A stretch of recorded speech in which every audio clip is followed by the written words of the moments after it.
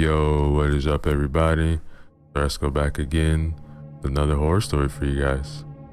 This one is titled Some Houses Bleed, written by Jacob Harris. Remember to use the links in the description below. Show love to the author, like, comment, and subscribe. Chapter 1. The house was big, very big. The more the realtor showed Ray around, the more he realized just how great an undertaking it was going to be to bring the old place back to life. But it was a house that Ray wanted in the worst way. For years, the old two-story had been left abandoned. It was built in the early 1800s and was in dire need of an update. But the age of the house and the wear and tear was not what was keeping the buyers away. "This is definitely the house I saw online," said Ray. "Yeah, it's a bit of a fixer-upper," said Jessie, who was very new to the job and extremely eager to make her first sale. "Which means you really get to make it your own." It's gonna take a lot of work. "Which is why it's priced to sell. You will not find a house in this neighborhood at this size for this price. One might even say it's a steal. Is it not sold yet? Am I right?" Well, I mean, I do love it, and it is in my price range. That's a huge plus. It has more than enough rooms for you and your family." "Oh, no, it's just me. I used to be married, but not anymore." "Really? This is a lot of house for just one person." Ray didn't respond. "Are you a house flipper?" Something like that. I like to think that I leave a house a little better off than how I found it." "Then this is definitely the house for you." I think I found my new place. There's just one tiny little insignificant detail that I have to disclose to you before we can do any paperwork." "What's that?" This dwelling is considered a stigmatized property." What does that mean?" "Well, some people, mostly the superstitious, think this house is kind of haunted." "Wait, what? Are you telling me that you're trying to sell me a haunted house? Is that why this place is so cheap? Did a bunch of people get murdered here or something? Am I gonna be cursed if I buy this place? Like, I can never leave?" Jessie was clearly taken aback by what Ray had just said and was unable to muster an answer. Ray immediately began laughing. "Just messing with you.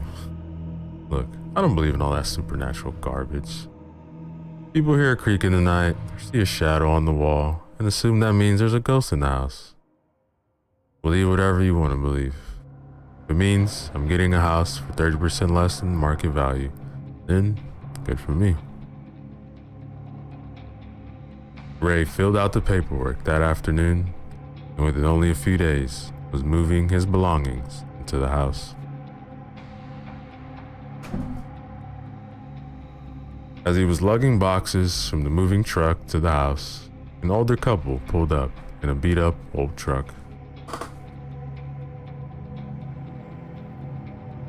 They quickly made their way to Ray and greeted him just as two people who had known him for years would have.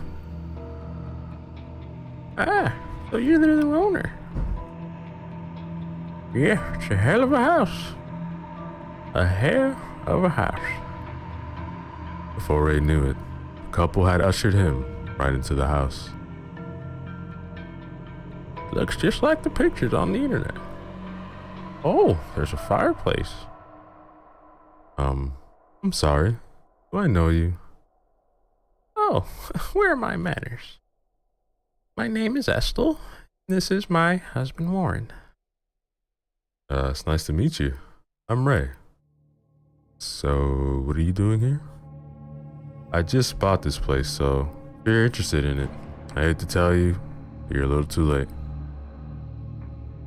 Oh, we're not buyers. We just have a fascination with old houses like yours. Warren pulled out a camera and began taking pictures. Am I missing something? Is this house like on a historic registry or something? If it is, then I'm gonna have her run it by the city if I want to make any renovations. Oh, don't change a thing, dear. Leave it just the way it is. Have you moved much of your stuff yet? Nah, not much. Just started moving boxes about an hour ago. Oh, that's good. What's your husband doing? Ray noticed Warren had taken a hold of the curtains. Oh, pay no attention to him. Why don't you show me the kitchen? I'm sure it's the most interesting room in the house. To Ray's dismay, Warren pulled out a lighter and tried to set the curtains on fire. Fortunately, the lighter looked to be just as old as the couple and wasn't lighting. What's he doing? Oh, don't worry about him. Now, were you about to show me the kitchen? And with that, Estel tried to lead Ray away. Just keep looking forward, dear. Let us save your life. Eventually, the lighter ignited and Warren succeeded in setting the curtains on fire. "You crazy old fool!" Ray shouted, before running to put out the flames. Ray had nothing capable of putting out the fire, so the best he could do was pull the curtains from the wall and attempt to stomp them out. Don't do that, said Warren, trying to pull Ray away from the burning curtains. "Look, you better get out of this house before you become the next thing I start stomping on." Thought you told him you were trying to save his life. Guess he wants to die in this house. An hour later, the police were on the scene, taking a statement from Ray. "So, these old folks got the drop on you and overpowered you?" "I never said they overpowered me. I said they caught me by surprise. They pushed me down while I was trying to put out the curtains. Guess I was too preoccupied with keeping my house from burning down to get into a fist fight with a couple of senior citizens, prevent them from leaving." "Well, I've already written down that they overpowered you. Can't erase ink. Son of a bitch." As Ray was talking to the officer, the detective on the scene was watching him very intently. That, ladies and gentlemen, is the end of chapter 1. Yo, what is up, everybody? So let's go back again. Another chapter from the story titled Some Houses Bleed, written by Jacob Harris. Remember to use the links in the description below. Show love to the author. Like, comment, and subscribe. Chapter 2. After the unfortunate curtain burning incident, Ray was able to finish moving the rest of his belongings into the house. As he worked, Ray couldn't help but notice people watching him. They either peeked at him out windows or drove ever so slowly by his house just to stare at him. These odd looks had been happening even before the police had visited Ray's house. So utterly exhausted from moving boxes and furniture all day by himself, Ray crashed on his recliner and made very quick work of several bottles of beer. Ray hadn't had the time to call the cable company to hook up his television, so he passed the time in his darkened living room by watching videos on his phone. Ray's phone was near out of storage as it was practically bursting, as it seems, with videos and pictures of his late wife, Lacey. One video in particular that Ray enjoyed watching was of Lacey as she was washing her car in the driveway. Raymond, you gonna help me wash the car, or are you gonna stand there and take videos of me all day? Well, you're doing such a great job washing it by yourself. I hate to step in and mess up what you're doing. Oh, is that your excuse? Whoa, no need to get weapons involved, Ray said, as Lacey, who was now pointing the hose at Ray. You gonna help me now, or would you rather get the hose? I'd still rather not help.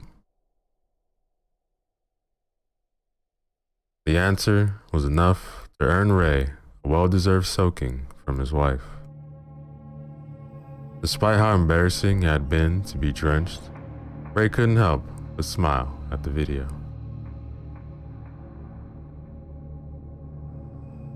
Finding another video he enjoyed greatly, Ray eagerly clicked on it and began watching.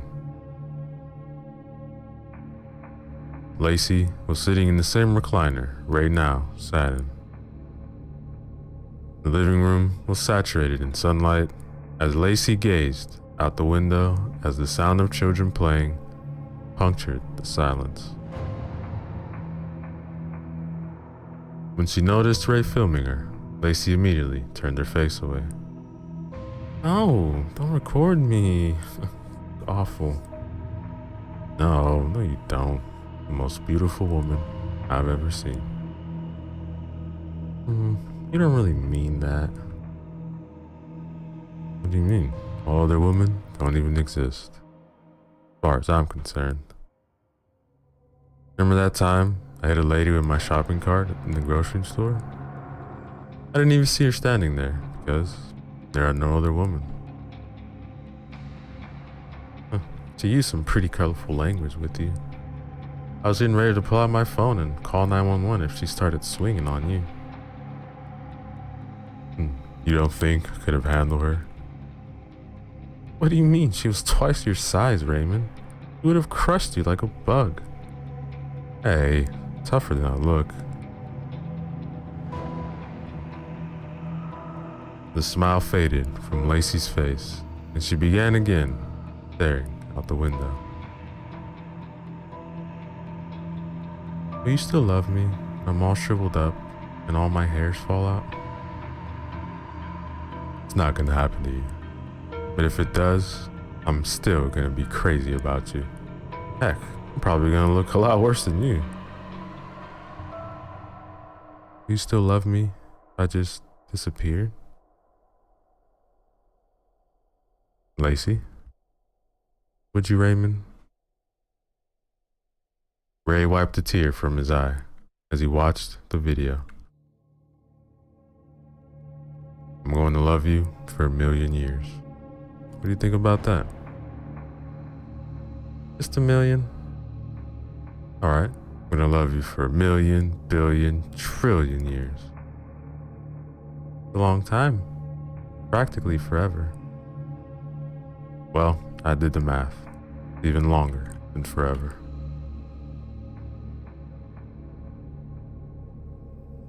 Having been watching videos on his phone for quite some time, the battery finally died, leaving Ray alone in the dark. The sound of a floorboard creak prompted Ray to spin his head around and peer into the darkness. Seeing nothing out of the ordinary, Ray decided it was time for him to head off to bed.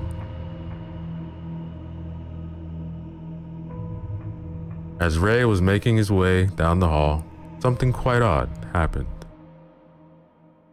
The bathroom light suddenly turned on by itself. This stopped Ray dead in his tracks. Half expecting someone to be on the other side of the door, Ray cautiously opened it. Fortunately, there was no one waiting for him. Bad wiring. Guess I'll have to call the electrician.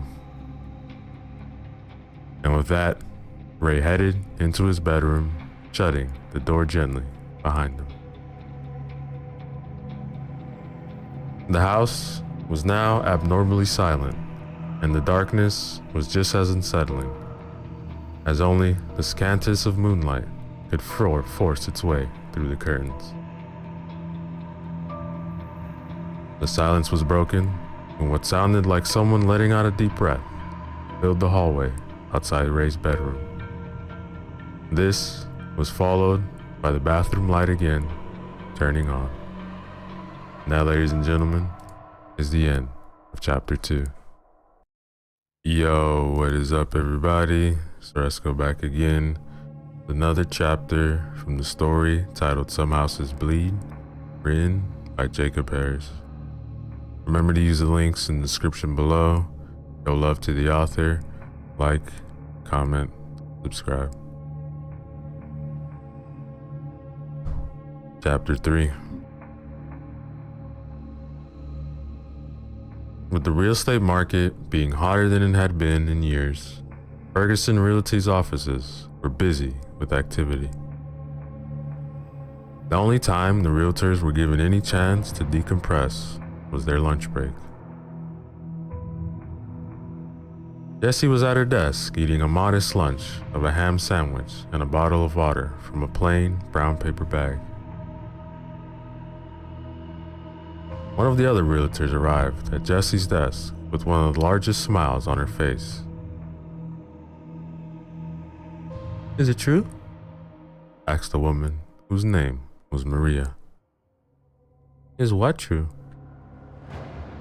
"The house. Did you really sell the Devil House?" "Do they really call it that? I mean, I know it had history, but the Devil House? Really? Wow, we've been trying to sell that for years, but no one in their right mind would go anywhere near it. Everyone from these parts has heard the stories." "Well, Mr. Martinez isn't from the area. Look, you're new in town, so you haven't heard the stories about the house like the rest of us. Growing up, all you ever heard was stay far away from that house. Parents even threatened to send their kids to live there if they ever got out of line. You better believe that straightened us out." "Well, what happened there?" "Well, it all started long ago, like in the 1800s, I think. An old lady named Agnes Weatherby used to live in that house, and she was one bad lady." "What did she do?" "Well, she wasn't always old. From what I've heard, when she was young, she was quite the looker, which made it very easy for her to lure men to her home. And once she got them in there, she did unspeakable things to them." "Like what?" "Didn't I say they were unspeakable? But your guess is as good as mine. I've heard she tortured the hell out of those men. They were supposedly sacrificed to the devil. That lady has some freaky stuff going on in that house." "Was she ever punished?" "That's the best part. They didn't arrest her and put her on trial. A bunch of the men from the town busted into her house in the middle of the night and hanged her, right there in the living room. She wasn't dying fast enough for them though, so they slit her open and let all her guts spill out." "Wow, that's gruesome." "Yeah, none of the men were ever held accountable for what they did. And why should they? They did a town a favor that night. They said when they came into her house, they found body parts everywhere, and pentagrams and other stuff written on the walls, the blood of her victims." Maria then checked her watch. I gotta get back to work, but congrats on selling that house." Jessie was more than a bit shaken by the horrific story she had just heard. All she could do was sit in silence.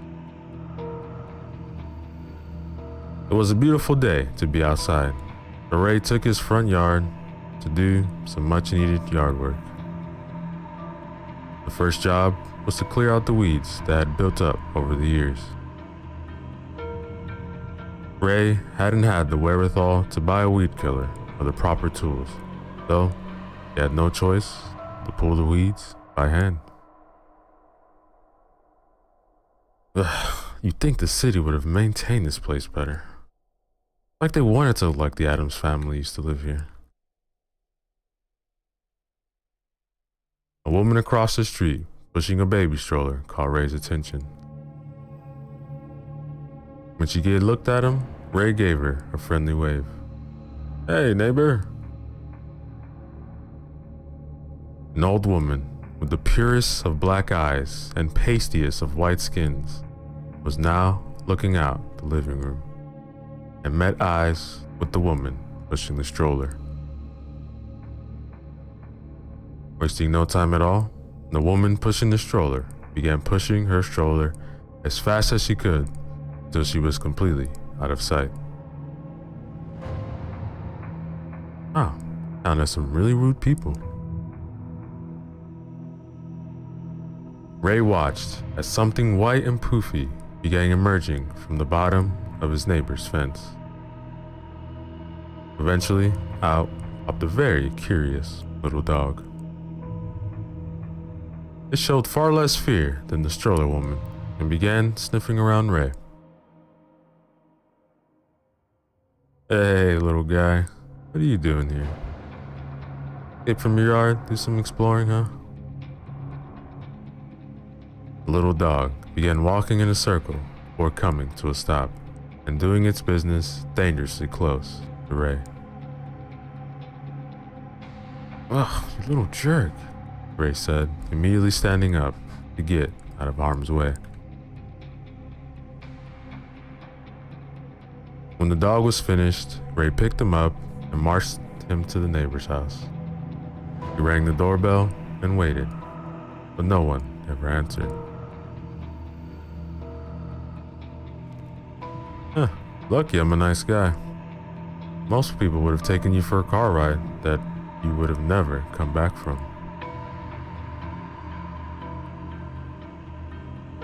Ray opened his back gate and gently put the dog down. "Alright, buddy, going into town to buy some tools. Before I go, I'm gonna put a note on your owner's front door, letting them know that you're back here, okay?" The dog looked quizzically at Ray. "You have no idea what I'm saying, do you? Okay, well, when I get back, let's hope you're not here."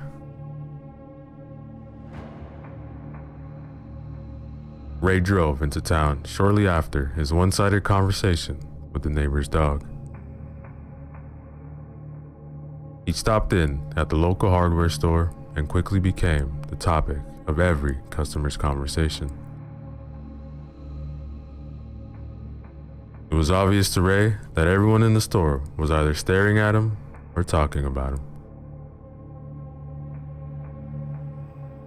To try to lighten the mood, Ray took a hold of a nearby shovel and made an ill-advised joke. It's a good shovel for burying a body? By being indoors, Ray was sure he heard a cricket chirp. "Hey, you the guy who bought the old Weatherby place?" said the old man tending the register. "Yeah, that's right. Name's Ray. Nice to meet you." "Any reason in particular why you chose that house?" "Well, it was priced to move. That's for sure. It's all on a quiet street, great schools, and the finest neighbors I've ever come across." "You know the history of that house, right?" What history?" "Some very bad things happened in that house. Things I'm not all comfortable saying out loud." Every house has bad things happen in them. I once lived in a house where they used to make meth. "Other people have lived in that house before you. Not all of them lived long enough to get out before it was too late. They didn't believe the stories either. I bet they wish they had believed now. Look, this house is no different from any other house.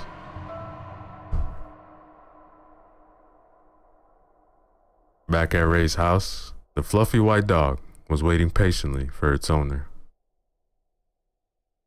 It hadn't a care in the world as it happily wagged its tail and stared intently at the black gate.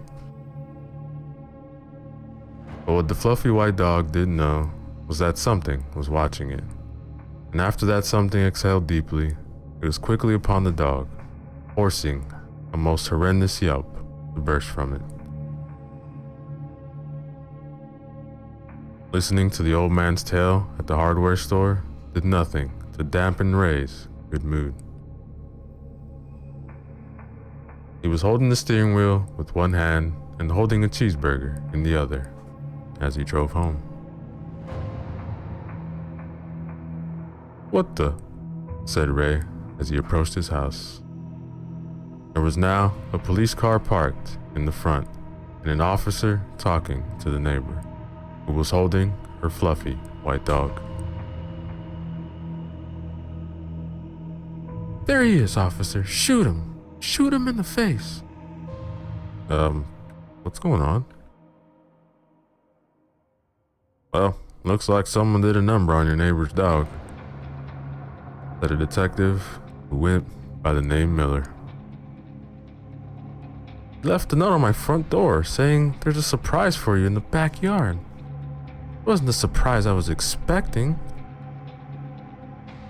Ma'am, go back in your house. I'll be over in a minute to talk to you some more. Okay? Looks like that house found the perfect new owner. I didn't do anything to that dog.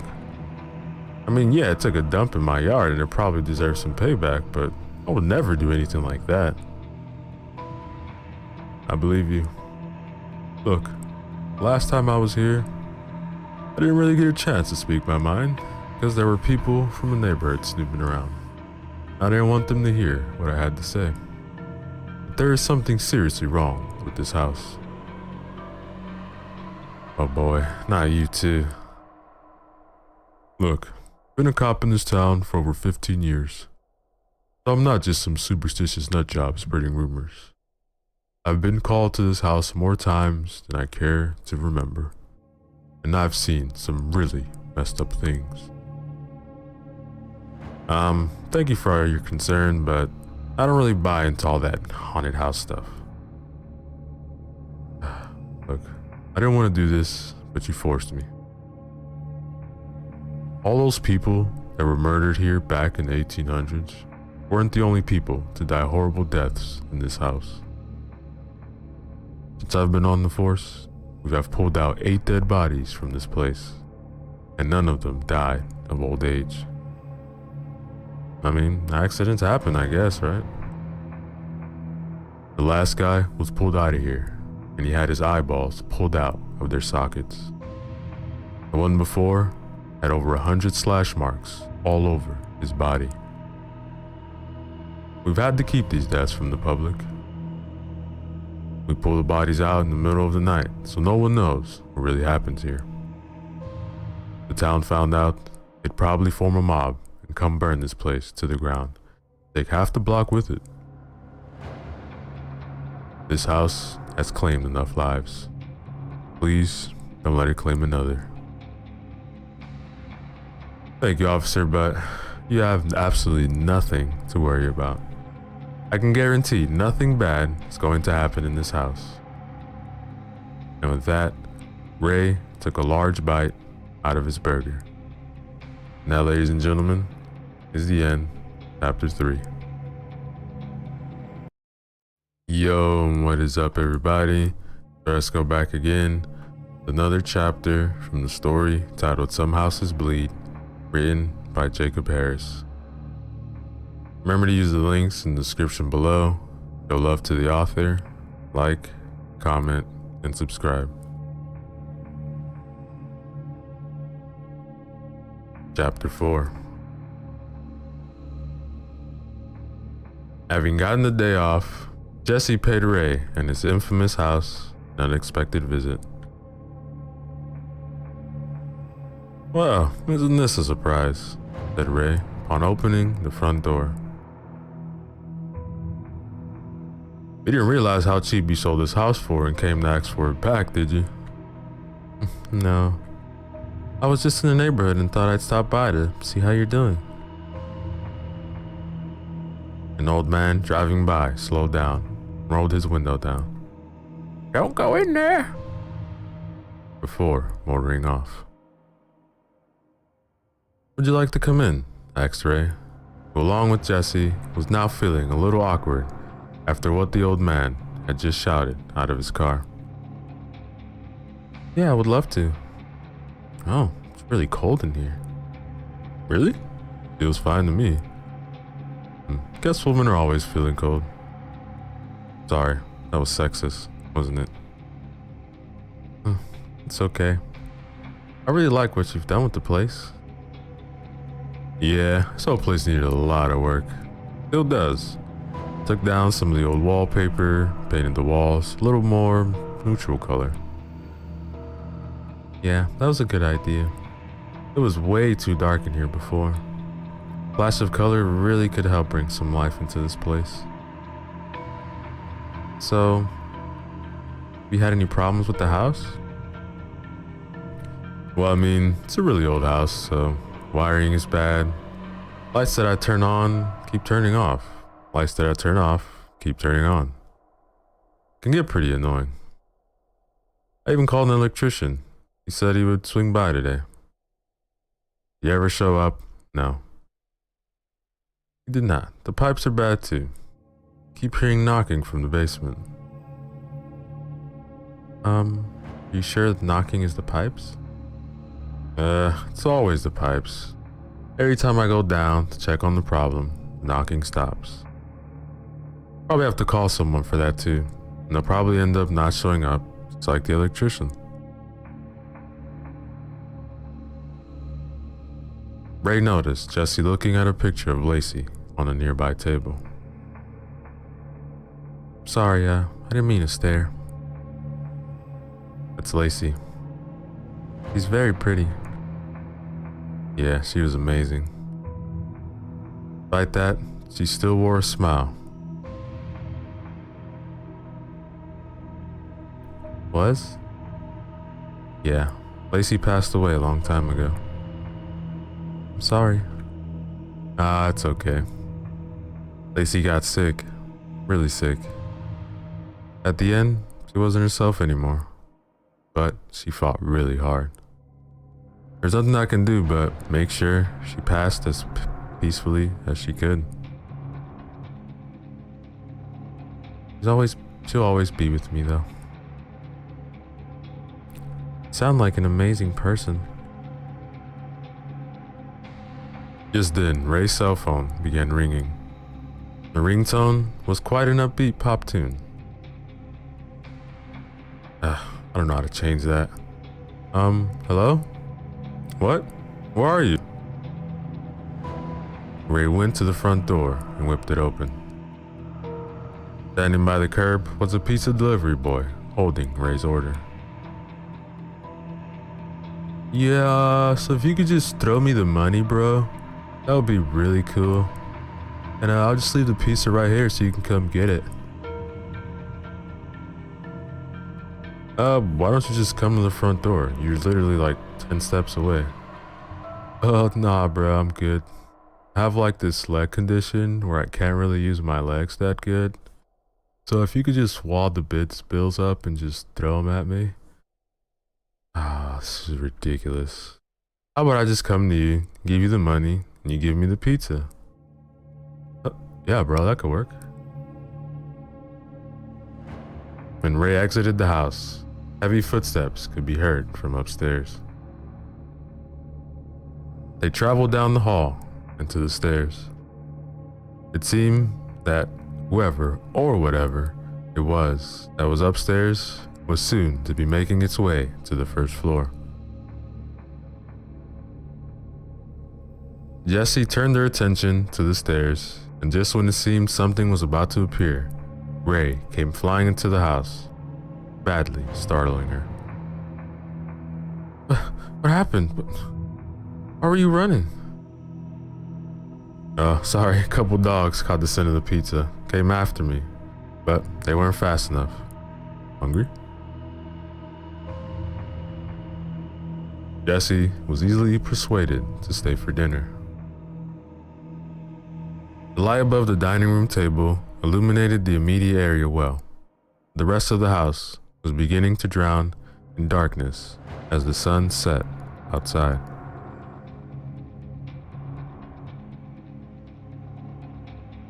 Ray was smothering his pizza with hot sauce. He offered Jessie the bottle, but she shook her head. So, it's just you in this big house? Yep.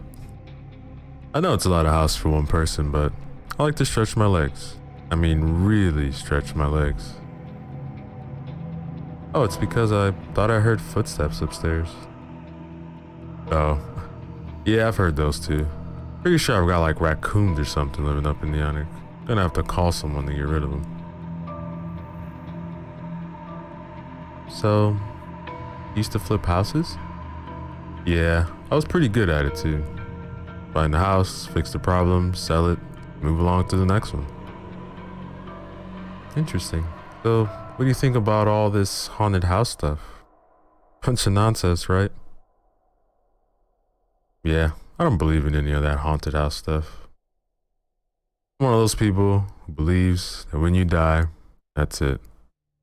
You don't get to come back and take care of unfinished business. Leave that stuff to the movies, I say.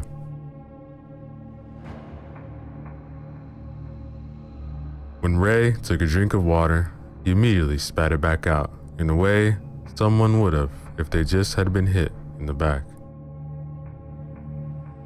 Are you okay? Yeah, I'm fine. Went down the wrong pipe.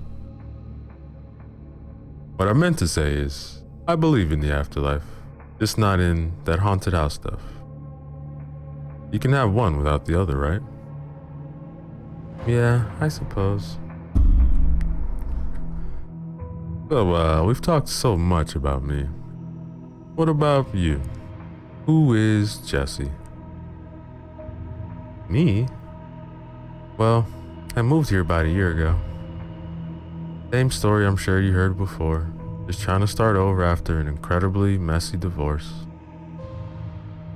Ah, are you liking the real estate business? I like it a lot. I met tons of interesting people. Plus, it's a great way to learn about town's history. Like this place. If only these walls could talk. The pair finished their meals and talked a bit more before saying their goodbyes. So utterly exhausted was Ray that he skipped his usual routine of watching television and instead went straight to bed.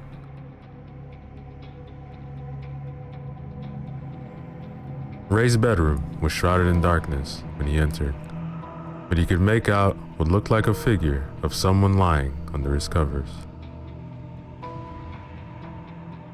Is someone in here? He timidly grabbed his blanket and wiped it off his bed, revealing that no one had been lying underneath. Ah, damn it, it's never a naked lady. In no time at all, Ray was fast asleep. So deep he was in slumber that Ray wasn't able to hear footsteps approaching his bed. Emerging from the darkest corner of the bedroom came the once owner of the house, Agnes Weatherby. On this night, Ray dreamed of Lacey. She was standing out in the darkened hallway outside the couple's bedroom. Her back was turned. Lacey?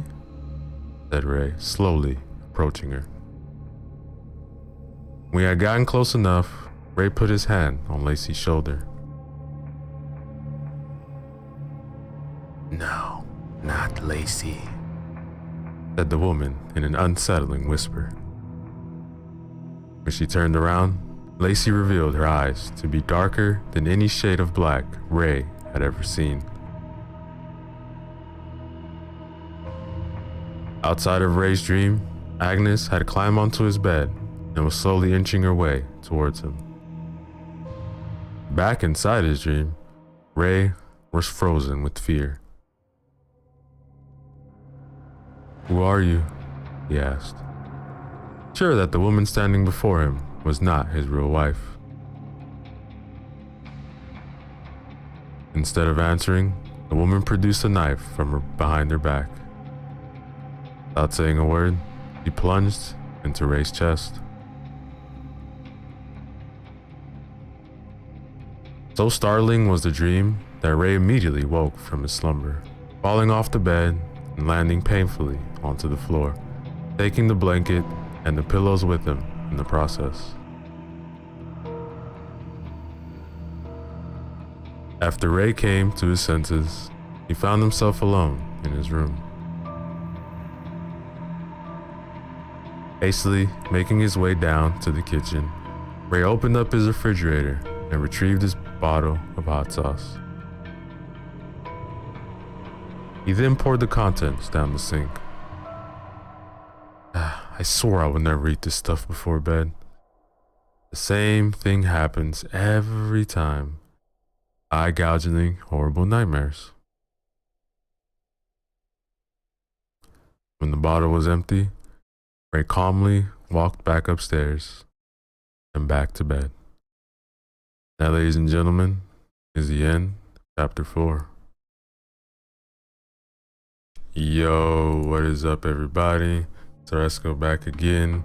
Another chapter from the story titled Some Houses Bleed, written by Jacob Harris. Remember to use the links in the description below. Show love to the author. Like, comment, and subscribe. Chapter 5. Jesse was back at work the next day, going over a large stack of files. Maria arrived at her desk and didn't say a word. However, she did give Jesse a look. What's with the look? I was talking to Janet, and she said you paid that little visit to that Ray guy. Yeah, I wanted to see how he was doing. Is it true? You really went into the devil house again? Girl, are you out of your mind? What? Nothing happened. This time. You got lucky. What were you thinking, going to a house like that? And alone? I wasn't alone. Ray was with me.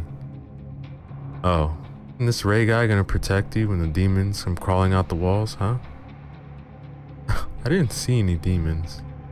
It seemed like a perfectly normal house to me. I mean, it has its creaking thumps, and sometimes it feels like someone is watching you, whispering in your ear, but it really is just a normal house. Maria pulled up a chair and sat beside Jesse. Look, you have to promise me you won't go back into that house. And I was just staring out here. Look, they stuck me in the house too. It must be some kind of initiation or something. I did a full walkthrough. The whole time, I felt like there were eyes on me, mentally just undressing me. Jesse gave Maria a look of her own. Look, that was before having 3 kids, okay? Look, cut me some slack. Anyway, I kept hearing footsteps upstairs, and the house was cold. Like way too cold for that time of the year. But what really freaked me out was, as I was heading to my car, I took one last look at the house, and that's when I saw that old woman in black watching me from the living room window. It didn't look human at all. I don't know, someone could have slipped in the house while you were in there and you just didn't notice them. I locked all the doors after I went in there. I'm telling you, it was Agnes Weatherby. Her spirit is still in that house. Are you sure that's what happened? People here tell me you liked to hit the bottle back in the day. Look, I've seen pictures of this bitch. It was her.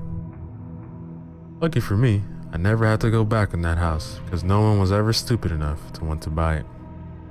They told me not to tell you what I had seen when they assigned the house to you.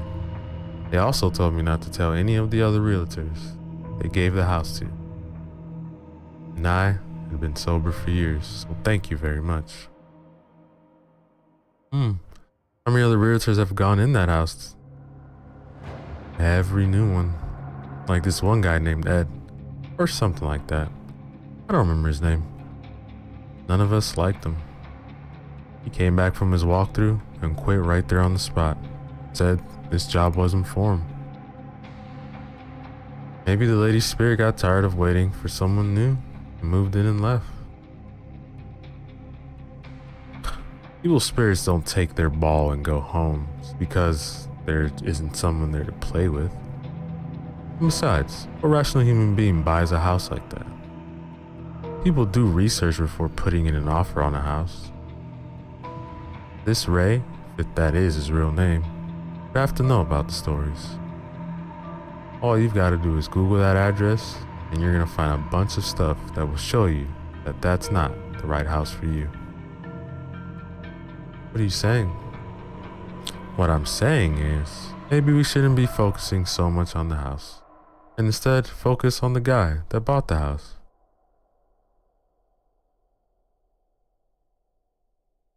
Ray had called someone to help him with what he assumed to be a run-of-the-mill pest problem. According to the tag on his shirt, the man's name was Javier, and according to the look on his face, he was less than enthusiastic to be paying a visit to the house. You been hearing footsteps in the attic? And they're like scratching type, right?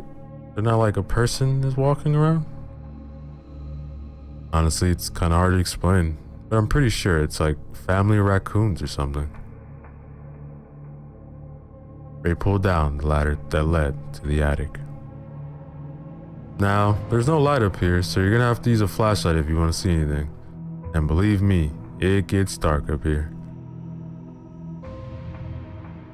You're not gonna come up there with me? It's a really low ceiling. You're shorter than me, so I think it'll be easier for you. Bro, we're the same height. How about I just poke my head up there and tell you what I see? Yeah, that could work. Javier climbed the ladder and poked his head into the attic, shined his flashlight around. See anything? Nothing so far. The light from Javier's flashlight did little to illuminate the attic. It was freakishly dark inside. Look for raccoons or squirrels. I bet those two are working together up there, making it sound like they've been, got clumpy footsteps or something. I know their tricks. Javier did a quick scan of the attic. There was nothing out of the ordinary. There was a rocking chair covered by a white sheet, very little else. Before he could report his lack of findings to Ray, the rocking chair began to rock, ever so slowly. Hey. Hold on. I think there's something stuck in my teeth. What looked like a person covered by a sheet appeared on the rocking chair. As Javier squinted to better see, whoever it was on the rocking chair sprang up and charged toward him. Javier flew off the ladder and landed painfully on his back. Put the ladder back up. Put it up. Put it up. What? Put the ladder back up. There's someone up there. Ray did as Javier said and retracted the ladder. Was it a raccoon? Did it bite you? Did it give you rabies? You have to tell me if it did. No, it was a person up there. It came at me. I knew I should have never come here. I'd know if there was someone in the attic. Look, yo man, your house is haunted. I think you'd be very lucky if it was just raccoons you're dealing with.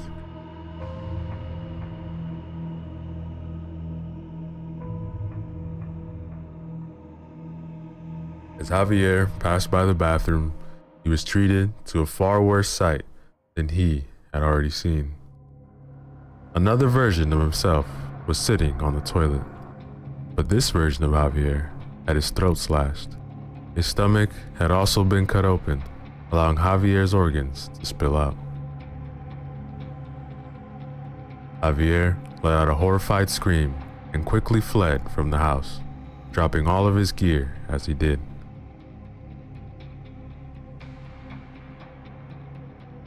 Ray looked in the bathroom and found absolutely nothing out of the ordinary. What? I flushed. By the time Ray got to the front door, Javier was already in his truck. Yo, you forgot all your stuff. Keep it, man. Alright, but I'm not paying you. Now, ladies and gentlemen, is the end, chapter 5. Yo, what is up everybody? So let's go back again. Another chapter from the story titled Some Houses Bleed, written by Jacob Harris. Remember to use the links in the description below. Show love to the author. Like, comment, and subscribe. Chapter 6. Having little to do on this day, Ray settled down in his recliner to watch some television. He found the notebook was playing as he was flipping through the channels. Ray couldn't help but smile. This was one of Lacey's favorite movies. Ray straightened himself up in his chair. Okay, no more messing around. Finally gonna finish this movie. This one's for you, babe. After about 10 minutes, Ray was fast asleep. He had tried to stay awake to watch the movie to its conclusion, but Ray just couldn't do it. The setting, the story, and the characters were all just too unappealing to keep Ray's interest. The house became inundated with Ray snoring. If there was ever something that could wake the dead, then Ray snoring would be it. Unbeknownst to the slumbering movie connoisseur, the knob on the stove began turning on its own. Before long, gas was filling the whole house.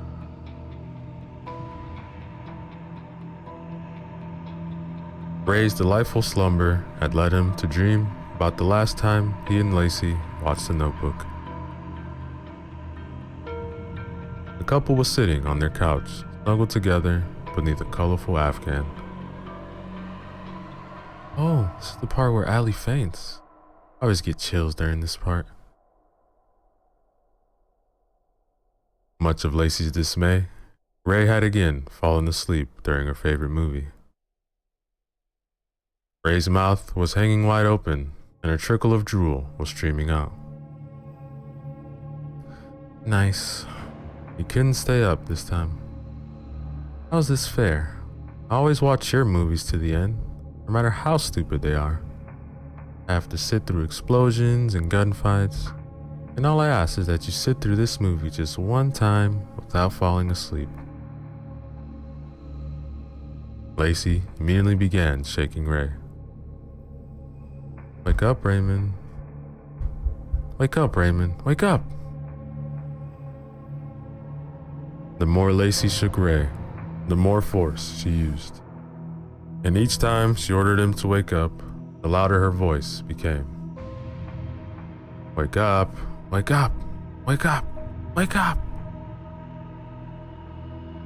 Ray awoke and immediately began coughing and gasping for air.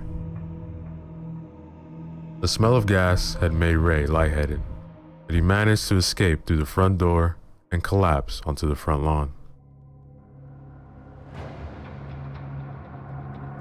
When he awoke, Ray found he was in the back of an ambulance being tended to by a pair of paramedics. They had put on an oxygen mask to aid his breathing. What happened? Detective Miller was standing just outside the ambulance. Seems like you had a bit of a gas leak. A couple neighbors said they found you sprawled out in the front yard, mumbling about a notebook or something. What? I have a gas leak now? Ah, great. Another thing I gotta fix in that house. Can I talk to him alone for a second? Ray, I'm not convinced this was a gas leak. That stove was turned all the way up. Ray removed the oxygen mask from his face. I must be getting forgivable in my own age. That stove was cleaner than any stove I've ever seen. When was the last time you used it? Recently? Probably. I checked your trash can, and it's full of takeout boxes. If I didn't know any better, I'd say you didn't even know how to use a stove. Look, I'll have you know I can boil water like it's nobody's business. Look, I don't think you left the stove on. I think someone turned it on, hoping it would put an end to your life. Oh boy, not this again. Do you think a ghost turned on the stove so that I would die from sucking up gas fumes? Is that it? Pretty much. Ray hopped off the gurney and out of the ambulance. Look man, accidents happen all the time. Some of us are just a little too accident prone sometimes. I promise you, there is nothing that's not normal going on around here. Jessie was back at work, walking back to her desk when she passed by Maria. This is not normal. What are you doing? I knew there had to be something wrong with that boyfriend of yours, so I did some checking up on him. He's not my boyfriend. Why? Did he say something? Look at this. I typed Ray's name into one of these people lookup sites. Isn't it kind of a creep move to use one of those sites? Look, I didn't pay to use this website. It's completely free. It's only creepy if you pay for this kind of stuff. You have a good point. So, what did you find? Look at this. This site shows all the addresses Ray has lived at. Look at how many there are. He lived at over 40 addresses in the last 10 years. That's kind of weird. You think that's bad? You better brace yourself. I googled his ass and looked at look what I came up with. Jessie began scanning Maria's screen and was shocked to find an old news story about how Ray's wife met a most untimely demise. What is this? The story described a brutal attack in the Martinez home on one fateful night many years prior. Ray had been stabbed numerous times by an unknown assailant. The amount of blood he had lost should have been enough to kill him, but he somehow managed to survive. Lacey, on the other hand, had sustained only a single stab wound on the chest, but that injury had been enough to end her life. They never found the murder weapon, but they never found any forced entry either. That boy got secrets he ain't sharing with the rest of us. But he said Lacey got sick. I guess he didn't really want to talk about something so horrible with someone he hardly knows. I mean, would you want to talk about something like this? Jessie, your break's over. Get back to work. Look, Jessie, I'm telling you, you stay away from that boy. That night, Ray wanted nothing more than to decompress from another hectic day. So he did something he was accustomed to doing. That night, Ray drew himself a very sudsy bubble bath, rubber ducky included. Ray had placed a damp washcloth upon his face and allowed the serenity of the moment to take him away. I feel just like a lady. Was that sexist? Nah. So relaxed was he that Ray was struggling to stay awake, and in his current state, he was unable to hear the very heavy breathing that was growling dangerously close. Before long, something grabbed Ray by the shoulders and had forced him underwater. Being in such a state of shock, it took Ray a few seconds more than he would have liked before he started fighting back. Eventually, Ray was able to pull his head out of the water and catch his breath through a series of desperate coughs. Don't ever fall asleep in the bathtub. And that, ladies and gentlemen, is the end of chapter 6.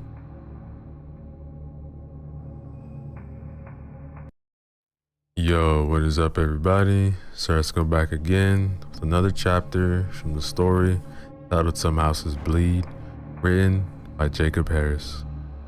Remember to use the links in the description below. Show love to the author, like, comment, and subscribe. Chapter 7. Early the next day, Jessie was anxiously scanning the office. She knew Maria was around and would not approve of what she was about to do. Quickly as she could, Jessie dialed Ray's home phone. It rang a few times before someone picked up. Hello? Ray? Jessie? There was no answer on the other end. All Jessie could hear was static and what sounded like breathing. Ray, can you hear me? I think we might have a bad connection. Before Jessie could say another word, she was treated to the most horrific scream she had ever heard. She immediately hung up and was badly startled when she turned around to find Maria right behind her. What's wrong with you? Oh, nothing. Why? Who said anything was wrong? Well, you look like you just saw a ghost. Ghost? What ghost? What's a ghost?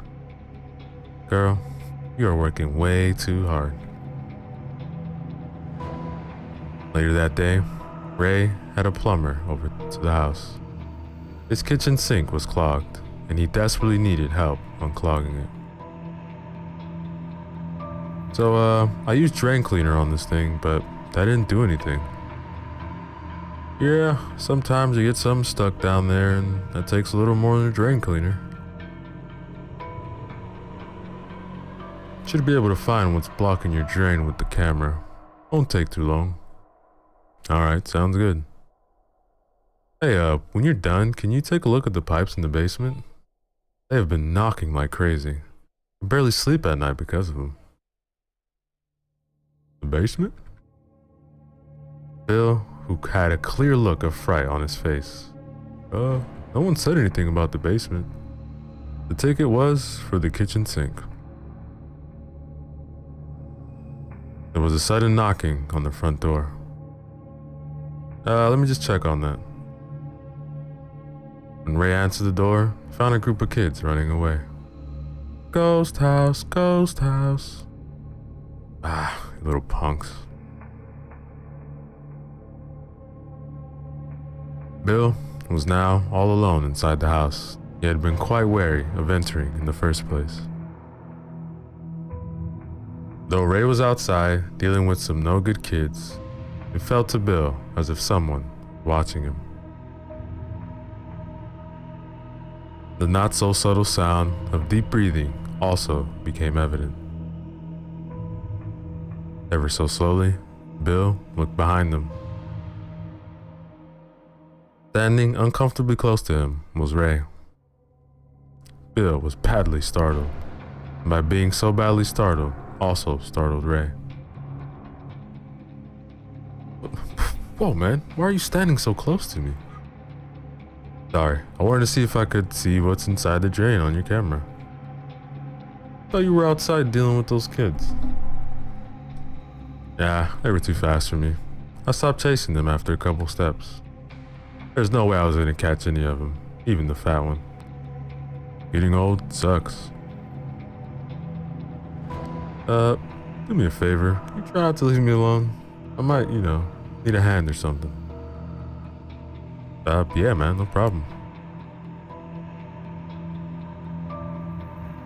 The pipes in the basement began making a horrible noise. It was as if someone was beating on them with another pipe. See, I told you. Look, hold on, I'll be right back. And with that, Ray hurried off to the basement. Wait, exclaimed Bill.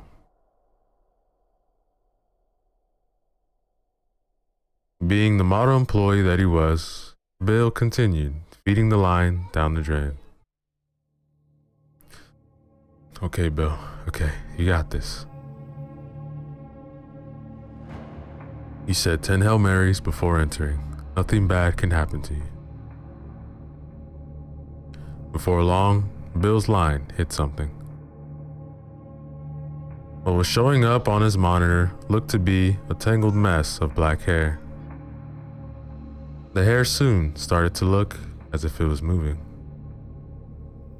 What is that?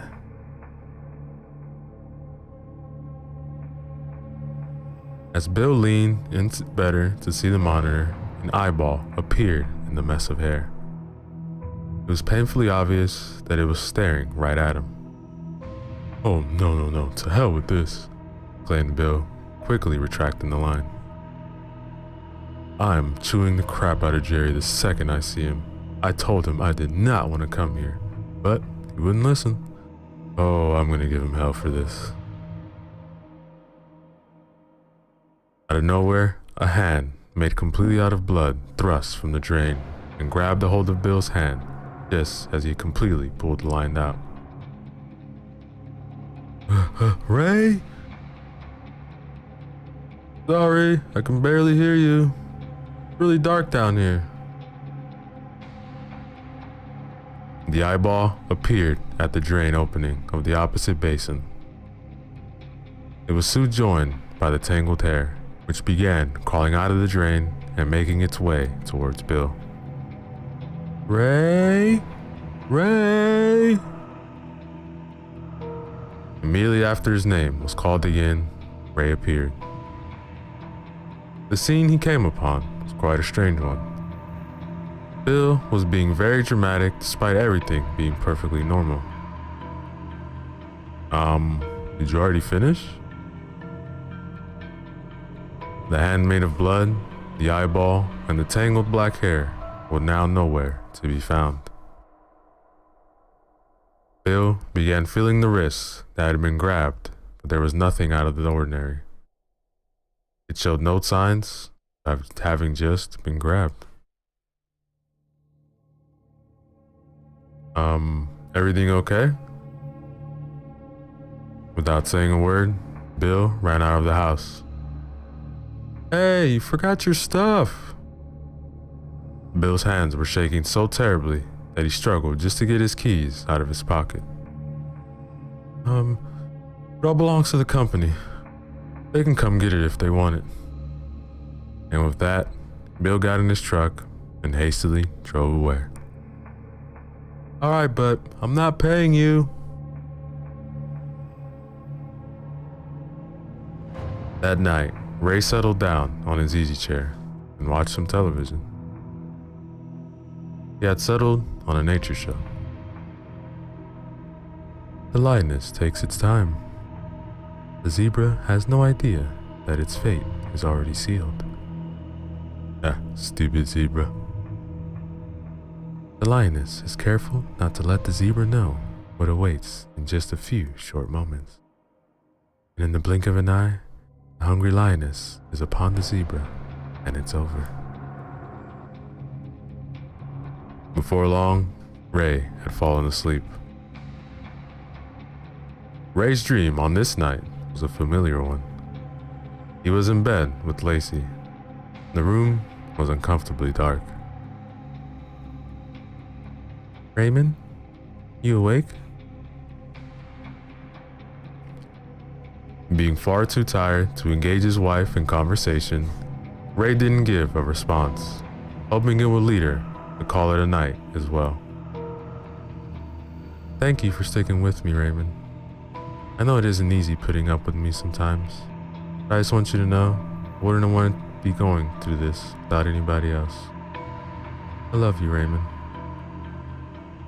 And with that, Lacey rested her head on her pillow and went to sleep. Knowing it was far too late to say something now, Raymond did his best to fall asleep. Ray awoke from his temporary slumber. A tear fell from his eye, prompting him to quickly wipe it away. Ah, stupid dusty house. Now, ladies and gentlemen, is the end of chapter 7. Yo, what is up, everybody? So let's go back again. Another chapter from the story titled Some Houses Bleed, written by Jacob Harris. Remember to use the links in the description below. Show love to the author, like, comment, and subscribe. Chapter 8. Ray was pleasantly surprised the next day when Jessie paid him an unexpected visit. She again said she was in the neighborhood and just wanted to see how he was doing. Lucky for Ray, he was cooking a large meal on the stove. There would be more than enough for two. As Ray was toiling away in the kitchen, Jessie's cell phone began ringing. Hello? Girl, where are you? Someone told me that you went home early. Yeah, I'm fine. You aren't with that Ray boy, are you? No, of course not. I'm at my second job. Gotta make ends meet, you know? Oh really? Okay, so where is this second job of yours? A strip club. I'm a stripper. Really? So what's your stripper name? Strippy McStrip Place? Peter just said your stripper name was Sparkles or Sapphire or something like that. But you panicked and said the name of the job in your name. That giveaway that you're lying. Can't change my answer to Sapphire. Too late. You're with that Ray boy again. I knew it. I thought I told you to stay away from him. Look, keep your voice down. I'm in an incognito mission to find out more about him. Girl, as soon as the customer's signature is on the contract, we don't have to find out any more about him. So, your business with him is done. Oops, gotta go. Ray entered the dining room, holding a casserole dish filled with what looked like a casserole, but more just a conglomeration of different ingredients masquerading as a casserole. The food made a squishy sound as Ray scooped it out of the dish and onto Jessie's styrofoam plate. The plate paired well with the red Solo cups. Bon appetit. Looks great. As they ate, Jessie brought up a question that had been weighing on her mind for some time. So, the lady with the blood-curdling scream on the phone? What was that all about? Oh, that. I have nearly the same phone number as a sex hotline. Only one digit is different. You'd be surprised how many times I've gotten called in the middle of the night by guys asking me what I'm wearing. They scream on those sex lines? Yeah, people are into some weird stuff these days. You know, the internet and all. But all the stuff just gets boring. Not that I have any knowledge about that sort of stuff. Jessie then took a drink before dabbing her forehead in the napkin. Some spicy food. Oh, sorry, I didn't know I was having company, and sometimes go too hard with the hot sauce. I don't always like the stuff, but now I can't get enough of it. It's okay. What happened to your arms? What Jessie was referring to were the numerous scratches that were all over Ray's arms. It looked as if he had fought a cat, and that cat had won. Oh, these have been happening while I'm asleep. I guess I'd better start clipping my fingernails down. Are you sure that's how it happened? They look like pretty deep cuts. I'm not worried. I've just been having these really weird dreams lately. I think that's what's causing them. What kind of dreams? I dream that I'm lying in bed when this disgusting, vile, out-of-this-world, ugly old woman crawls on top of me. The temperature in the room suddenly began to drop. You know, she's one of those like hags that you could just tell that even when she was young, she was ugly. You can't even make the excuse. Well, she's only ugly because she's old and wrinkly. No. She was a hideous beast from the moment she crawled out of whatever equally monstery, oozing, pus-filled woman that gave birth to her. Maybe cut down on the adjectives? Said an uncomfortable Jessie, who was now nervously scanning the area. Is it getting colder in here? I feel like it's getting colder in here. And her breath smells like 1,000 sewers filled to the brim with dirty diapers that have been left to rot in the sun. She is, by far, the most vile creature to ever set foot on God's green earth. The lights began to flicker, and what sounded like angry whispers filled the room. Is this it? Is this how I die? Nah, it's bad wiring. No electricians want to touch this place. Got those cushy union jobs where they don't even lift a finger if they don't want to. Plus, this house is a drafty son of a bitch.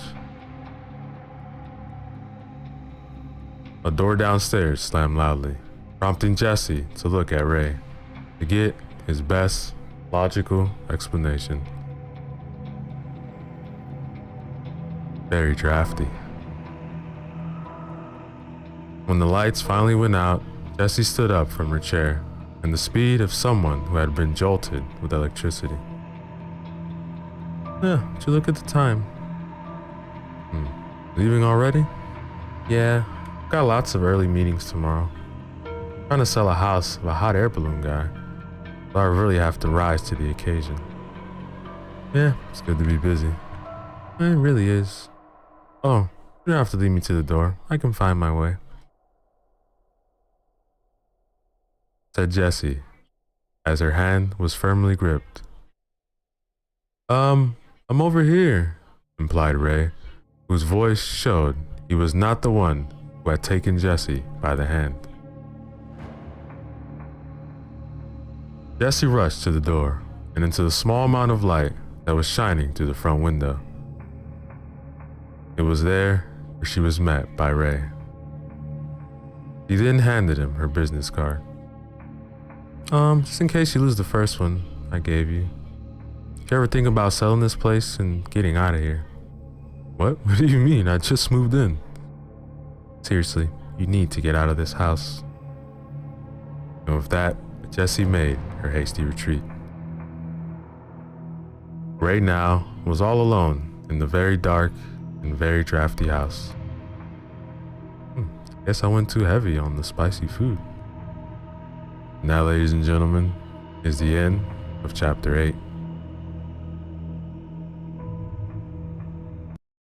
Yo, what is up, everybody? So let's go back again. Another chapter from the story titled Some Houses Bleed, written by Jacob Harris. Remember to use the links in the description below. Show love to the author. Like, comment, and subscribe.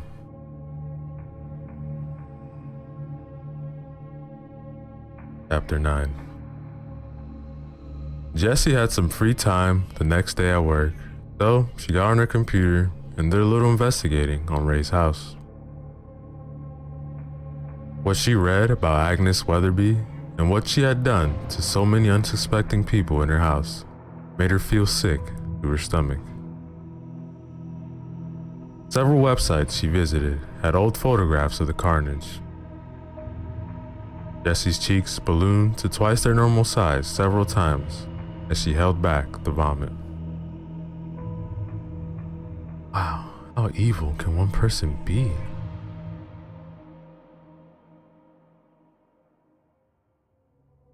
Clicking away from the search, Jessie opened the tab containing the website Maria had told her about. It gave out far too much information about people. Before Jessie was a very long list of addresses that Ray had lived at. The most recent address was the house he lived at now, but Jessie wondered what had led Ray to move away from these other homes after having lived in them for such short amounts of time.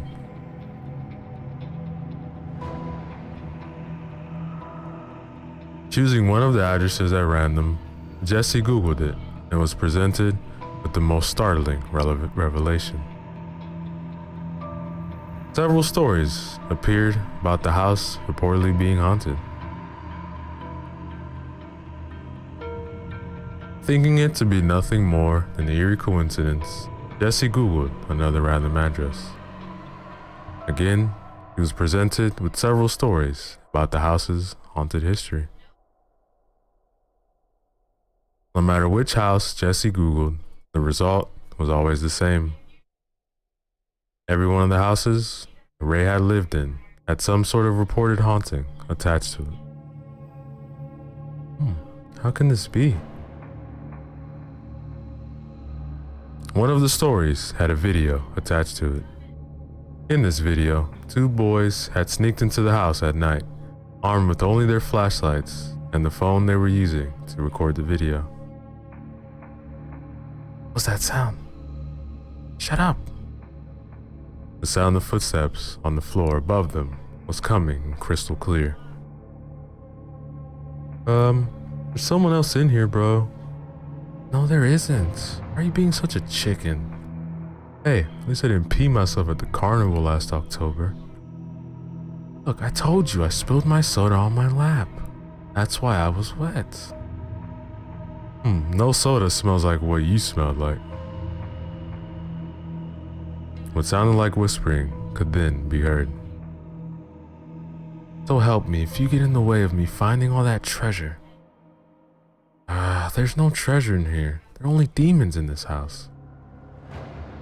Demons, schmeemons. I'll kick their asses if they try to take any of my treasure. The video then showed the flashlight directed at the door that was slowly opening. What looked like the figure of a person was just outside the rim of the light. Before Jessie knew it, an unseen force had knocked down both boys, leaving the ceiling as the only thing visible on the video. At that moment, one of Jessie's co-workers had made his way to her desk with a cup of coffee. An extremely startled Jessie nearly jumped out of her seat when the man made the awful mistake of putting his hand on her shoulder. The coffee jumped out of the cup and into the man's face, forcing he and Jessie to both begin screaming.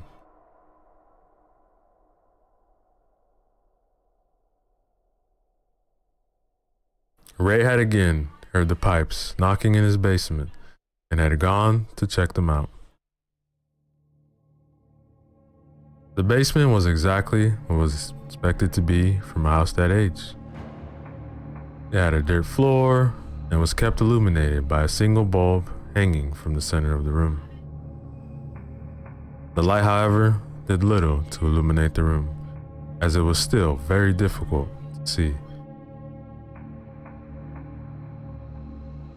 Rickety old shelves were found throughout, held against the walls with rusty nails that looked as if they were ready to give away at any second.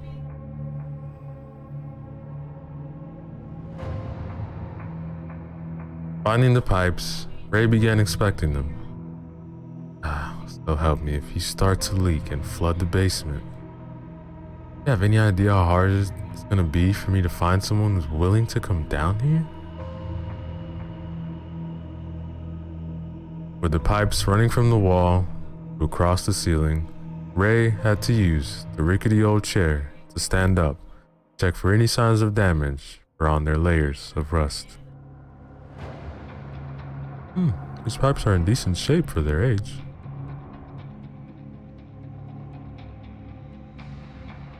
So engrossed in his inspection was Ray that he failed to notice a set of footprints in the dirt, making its way closer to him. Puffs of dust popped up with each step. If I fall off the chair and hurt myself, can I sue the homeowner? Wait, that's me. As if on cue, one of the chair's legs broke, sending Ray falling off and crashing into some shelves. The force was enough to loosen the nails anchoring the shelves onto the wall, but not quite strong enough to completely pull them out. Glass jars filled with tacks and rusty nails tipped over, but did not spill their contents onto Ray, who was now flat on his back.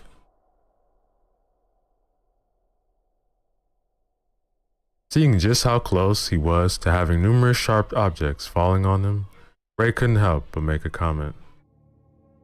Today must be my lucky day. Much to Ray's dismay, the nails that were anchoring to the shelves onto the wall gave way, and the shelves and all their contents came crashing down on top of them. And that, ladies and gentlemen, is the end, chapter 9.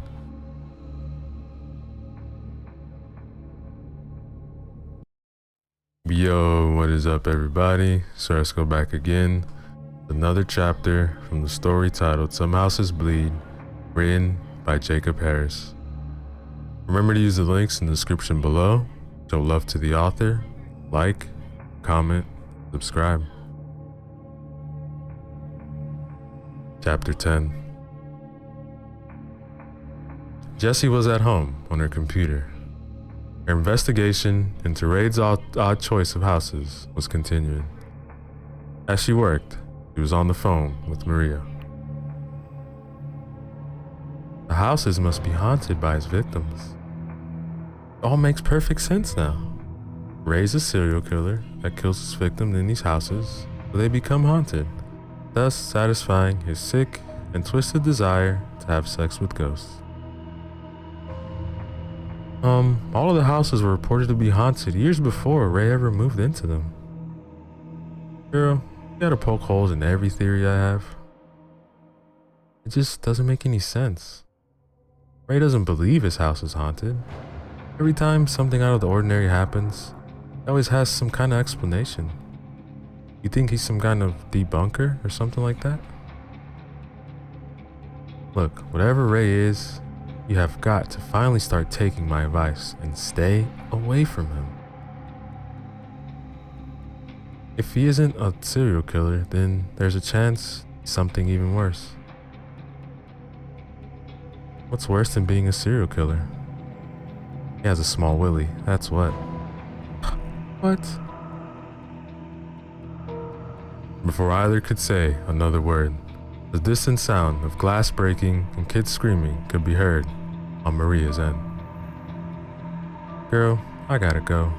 Someone just broke something, now I have to go break them. And with that, the call was over. Do these houses have a connection? Wondered Jessie, scanning over the information on her computer screen. Or is it just all one big coincidence? That night, Ray, who now had bandages all over his body due to his most recent accident, was having a dreadful time in bed. He had been able to fall asleep, but he was suffering greatly. Every dream that came to him was of Lacey, but none of these dreams were of the moments Ray cared to remember. Ray and Lacey were in bed. It was very late, and Ray was on the verge of falling asleep. The room seemed even more dark than usual. Ray, you awake? Ray wanted to speak, but he was far too tired to do anything more than lie with his back to Lacey. I just wanted to say that I wish it was you who was going through this. You're the one that should be sick, not me. What makes you so special that you don't have to experience this? Why does it have to be me? Ray was no longer on the brink of sleep. He was wide awake, but far too shocked to say anything. I can see it on your face every time you look at me. Think I'm pathetic, don't you? Do you think somehow that I'm getting what I deserve? How dare you think these things of me? I won't let you get away with this, Ray. One way or another, you're going to regret this. Ray had opened his mouth and was about to say something when Lacey spoke again. You're a shitty human being, Ray. But you're an even shittier husband. I hate you. Ray was ripped away from his slumber after being forced to live through one of the most horrible moments of his life. Being quite parched now, Ray made his way downstairs into the kitchen, where he quickly drank down a full glass of water. On the way back to his bedroom, Ray stopped by a picture of Lacey in the living room. When he picked it up, the glass cracked. This is what happens when you buy a picture from a yard sale.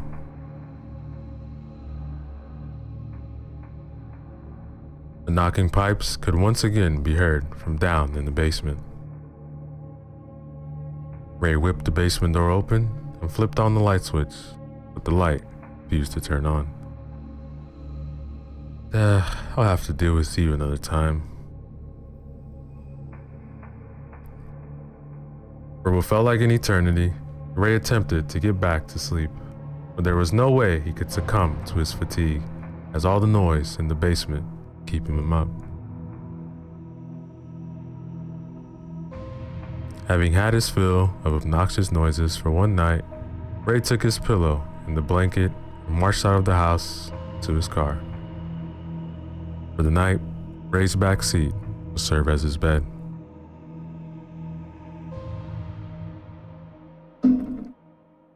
As Ray tried his best to get comfortable in his temporary bed, Agnes was watching him from an upstairs window. Ray was jerked awake the following morning by an elderly couple out for a walk. Go sleep somewhere else, you bum, exclaimed the wife before banging angrily on the window. The first order of business for Ray that morning was to go to the local hardware store and buy some supplies to put an end to the banging pipe once and for all. Ray's haggard look got him more than his fair share of looks. You look like hell, son. Well, I feel like hell. With no one being home, it was the most perfect opportunity for Estill and Warren to sneak their way into Ray's house. Warren was quite the lockpicker, so the couple had no trouble getting in. Warren was about to light the curtains in the living room on fire again, but Estill stopped him. Look, there's no need to rush it. and start fire in the basement. Why would we do that?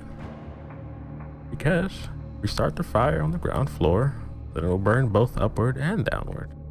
It'll take too long, and it'll give the fire department time to put it out. We start the fire down in the basement, then it only has to burn upward. Look, sand brains. The couple hastily headed to the basement. Estel flipped on the light switch, but the light refused to turn on. Fortunately, the pair had packed flashlights. Even during the day, the basement was as dark as the endless void of space. Once they had carefully made it down the rickety stairs, Warren and Estel proceeded to cover every available surface with lighter fluid. As the pair was working, the pipes began banging loudly. What's making them do that? Don't worry about it. Just keep squirting. The basement door slammed shut. I think she knows we're here. The distinct sound of whispering could be heard throughout the basement. Light this place up, Warren. The pipe running the length of the ceiling burst open and water began pouring out. When Warren struck a match, a sudden gust of air extinguished it. He struck another match, but the same thing happened. Keep trying. We have to destroy this house, no matter what. The water that had poured onto the dirt floor softened the soil far quicker than it should have. To make matters worse, the old wooden staircase suddenly fell to pieces and into a jumbled pile of broken wood. I don't think she's gonna let us leave. Hands covered in decaying flesh thrust out of now abnormally soft dirt and took a hold of Warren and Estel's ankles. Estel was caught so off guard that she dropped her flashlight. Its fading light shined on Agnes, who was at the other end of the basement, happily watching as the couple and all their supplies were slowly being pulled into the ground. We knew this day would eventually come. The pair had been just close enough so that they could reach out and grab each other's hand. I love you, my little chickadee. Love you too, my darling. Before long, the couple had been completely sucked into the soft ground, leaving behind nary a trace that they had ever been there. And that, ladies and gentlemen, is the end, chapter 10. Yo, what is up, everybody? So let's go back again. Another chapter from the story titled Some Houses Bleed, written by Jacob Harris. Remember to use the links in the description below. Show love to the author, like, comment, and subscribe. Chapter 11. Ray made it home after his venture into town. He wasted no time taking his bag of supplies to the living room couch to come up with the battle plan. Contents of Ray's bag were little more than several rolls of duct tape. Okay, if I wrap up those pipes tightly enough, then it should stop the banging. I saw them do it one time, those house renovating shows. I mean, I fell asleep while watching it, so it could have been a dream, but I'm confident this will work. An above average size yawn escaped from Ray. They're a little tired from last night. Yeah, maybe I'll take a little cat nap before I get started. Ray laid himself down on the couch, closed his eyes. It took him no time at all to fall fast asleep.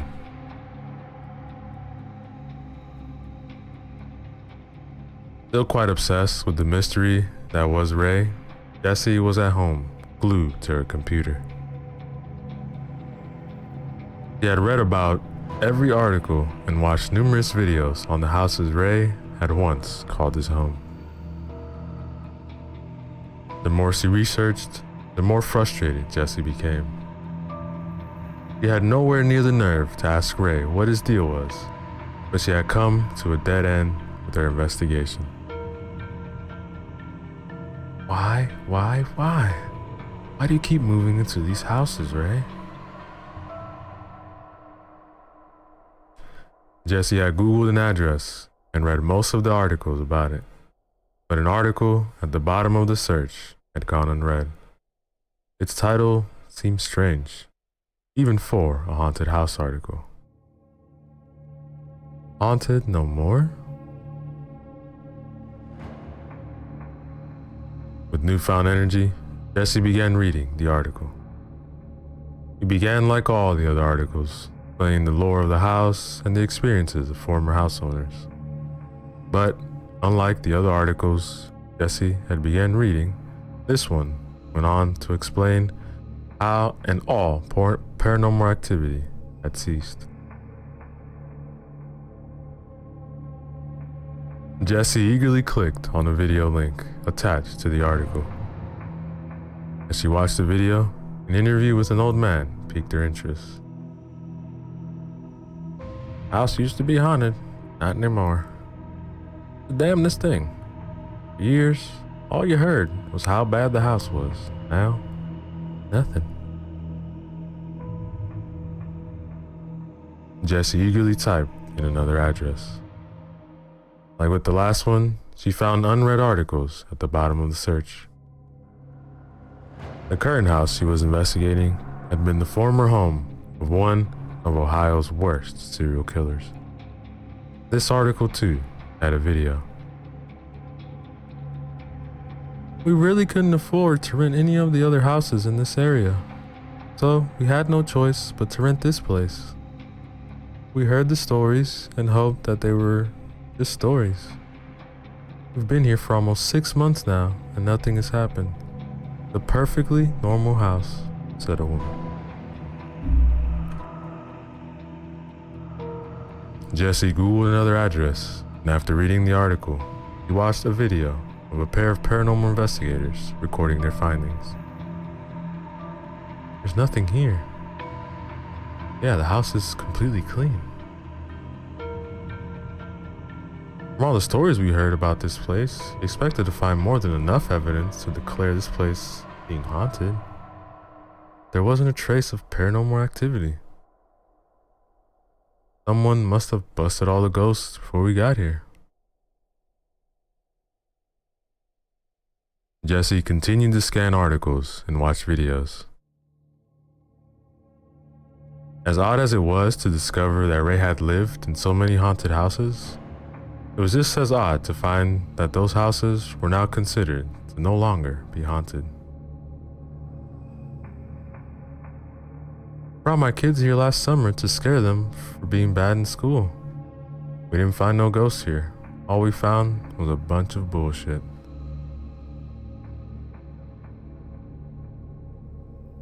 With night quickly approaching, Ray decided to get the task of fixing the pipe before it got too late.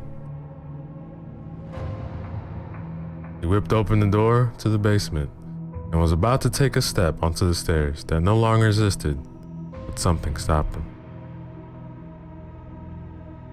Flipped on the light switch, but the room remained dark.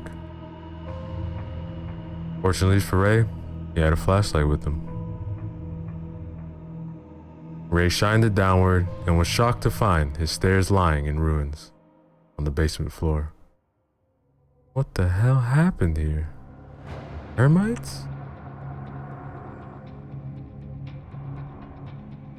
Ray left, but returned shortly after with a very long ladder. It was just as old and rickety as the stairs had been, but it was far better than nothing.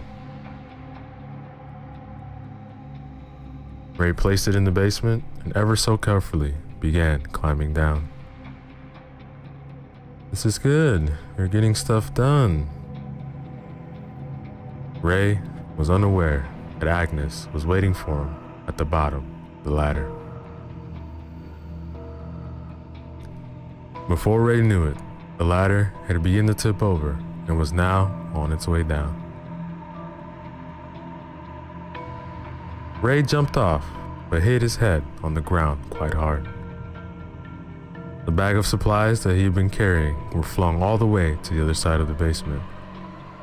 But the worst part about the accident was that Ray had fallen on a very sharp piece of wood, which had plunged deep into his side.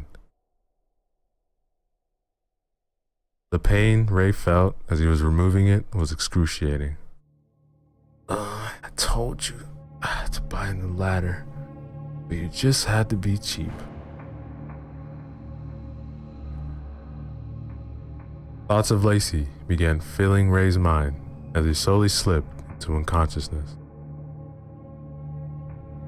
They were all happier times of either smiling or laughing, and that made Ray smile.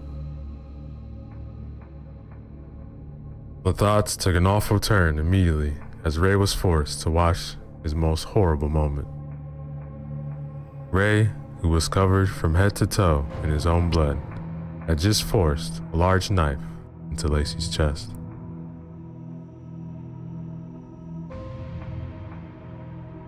Ray snapped out of his stupor and began crawling as best as he could toward the other end of the basement.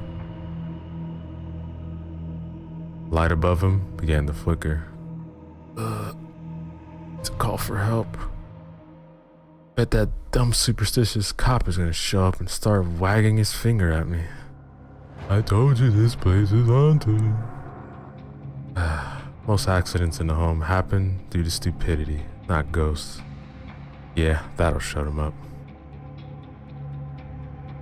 Agnes was near the fallen ladder, watching Ray intently. Whistles began filling the room. This place is too drafty. I have to replace the weather stripping before winter comes. The basement began to shake. And I'm on a fault line? Will my bad luck ever end? Woe is me.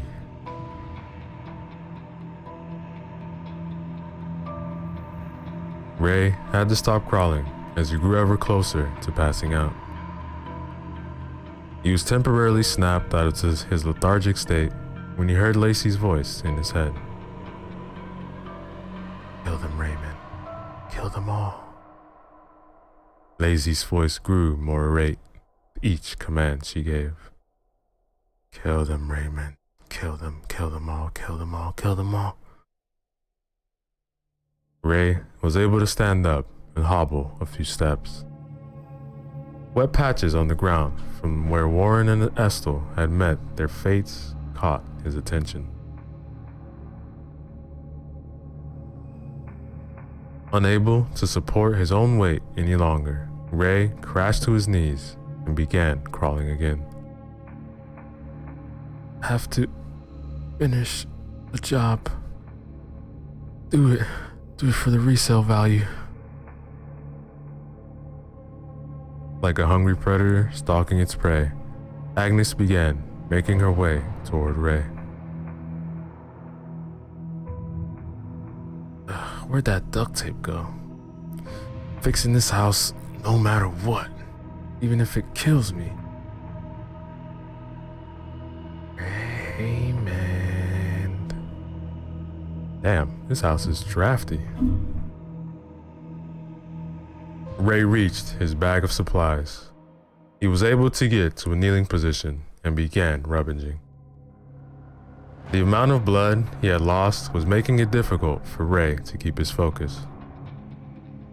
Duct tape fixes all. That's what I always say. Agnes was now within striking distance of Ray. Closing his eyes, Ray heard Lacey's voice once again. I love you, Raymond. Only Lacey gets to call me Raymond, said Ray. With the speed of a viper striking unsuspecting prey, Ray turned around to face Agnes. His eyes were now glowing a bright yellow. In less than a blink of an eye, Ray was upon her. The most horrific scream burst from Agnes, but it didn't last long. Ray absorbed the witch into his body in the matter of only a few short seconds. Utterly exhausted from the ordeal, Ray fell flat on his back, his arms stretched out to his side. The bulb, which had always been flickering now, illuminated the entire basement.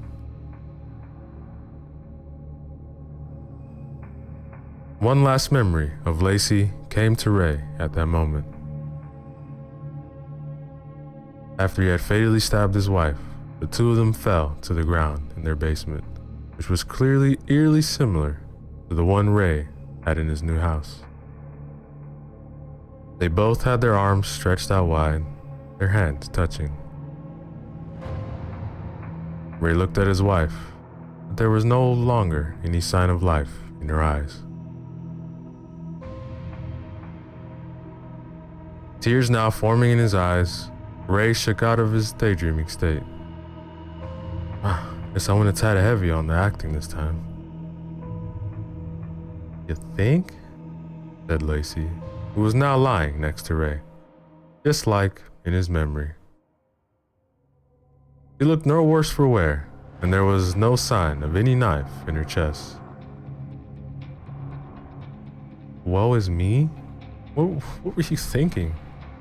I improvised. Never deviate from the script, Raymond. Told you that time and time again. Yeah, this was a tough one. I did everything to get her to drop her guard. You did great. Our jobs aren't over yet. There are lots of houses out here that need to be cleaned. I don't care if there's a million more houses. As long as you're here with me, I can do anything. I will always be with you, Raymond. I love you. When Ray turned his head to look at his wife, she was gone. That, ladies and gentlemen, is the end of chapter 11. Yo, what is up, everybody? So let's go back again with the final chapter of our story titled How Some Houses Bleed, written by Jacob Harris. Remember to use the links in the description below. Show love to the author, like, comment, and subscribe. Chapter 12. A few days later, Jesse had mustered the courage to pay Ray yet another unsuspected visit. Okay, Jesse, okay, you can do this, Sneak your question into a casual conversation. Hey Ray, how you doing? Nice weather we've had these past couple of days. How come all the haunted houses you lived in are no longer haunted? Yes, that's how I'll do it. When Jesse pulled up to Ray's house, her heart sank more than just a bit. He found a for sale sign in the front yard.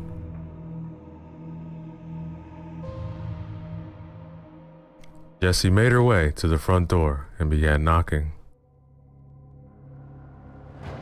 She was hoping Ray was still occupying the residence and not yet moved away. Ray, you in here? Ray? With each passing knock, Jessie was losing more hope. Agnes? When she looked through the window, Jessie could see that all the furniture was gone. Left. Jessie was fighting back tears as she made her way back to her car. She stopped at the for sale sign, and her sorrow temporarily changed. Not only did he leave like a thief in the night, but he used a different realtor. Off somewhere in a different part of the country, Two boys riding their bikes were watching a new neighbor moving into a local folks regarded as the most evil house they had ever come across. The boys rode up to the man who was busy unloading boxes from a moving van. "Tell him," first boy said. "Oh, you tell him," second boy said. "Hey, mister," said the first boy. The man turned around to show himself to be one Ray Martinez. Any injuries he had incurred while at his previous home were now gone from sight. What can I do for you boys?" I don't know if you knew this or not, but everyone says your house is haunted." "Haunted? Oh boys, don't you know? There's no such things as ghosts." Ray then looked at a window on the second floor. The curtain was gently swaying as if someone had just been watching him. "Trust me, I know." And Ray just grinned. That, ladies and gentlemen, is the end of our story. Yo, what is up, everybody? Let's go back again. Another short horror story for you guys. This one is a one-shot written by Old School Horror titled Something's Out There. Remember to use the links in the description below. Show love to them. Like, comment, subscribe.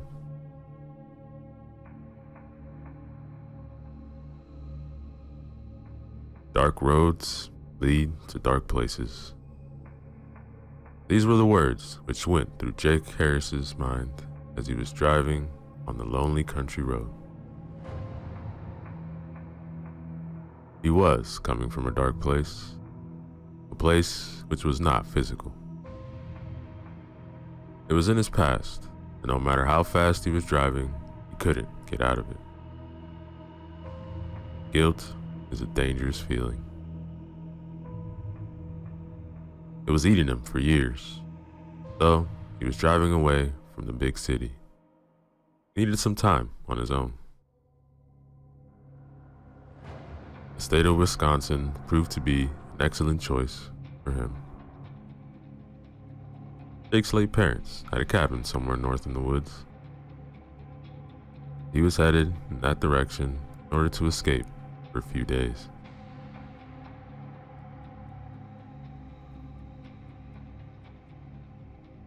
Sleepiness crawled over him, and he had a hard time concentrating on the road.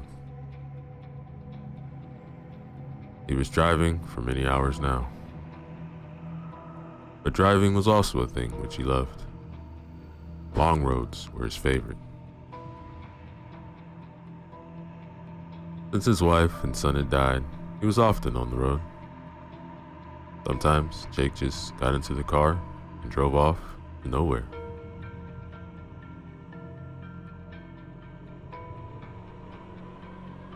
The road wasn't lit very well. It was a country road after all. It hadn't been rehabilitated since 1980. Now, in 2005, condition was already decayed by weather and because of the high frequency of truck traffic. Now, the trucks tried to avoid this road as much as possible because of poor condition.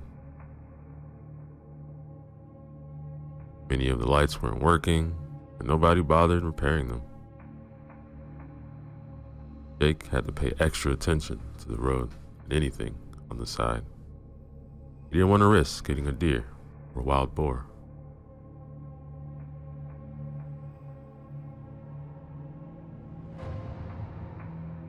He reached a wooded area. I must be close, he thought. Pressed the gas pedal a little harder. After passing a dangerous curve, Jake spotted one of the light poles. Right behind the light pole, there was a sign which stated that there's a gas station about 1 mile down the road. He glanced at the instrument panel. It showed that there's still some gas in the tank.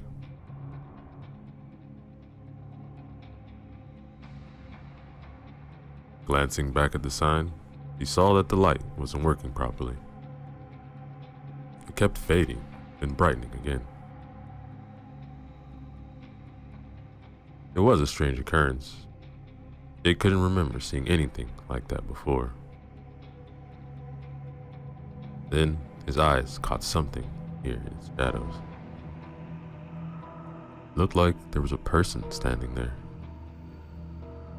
For a moment, he thought he saw a pair of circular red eyes. Or were they red lights? He slowed down a bit, but couldn't see more. So, he kept on driving.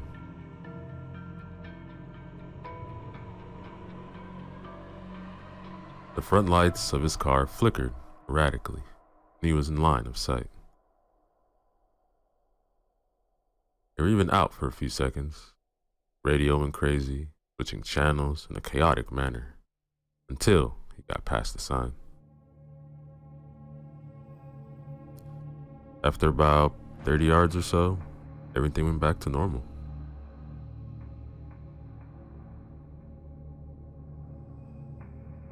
This strange event woke him up from his lethargic state.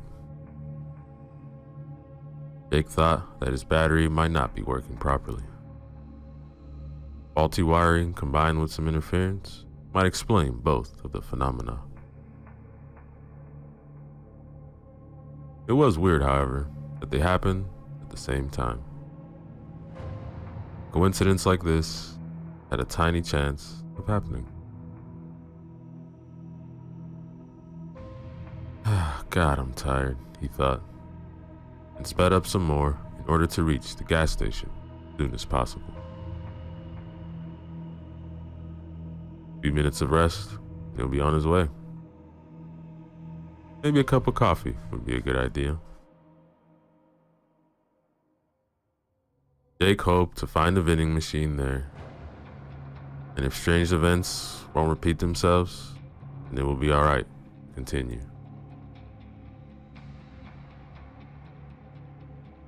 The tired man kept looking around to see if he can spot anything unusual between the trees. He couldn't see anything out of the ordinary. There were only oak and maple trees everywhere he looked. Lush vegetation surrounded the road from both sides. The dark parts, though, made him feel uneasy. He had to slow down and drive with extra care when going through those parts where the lights were out.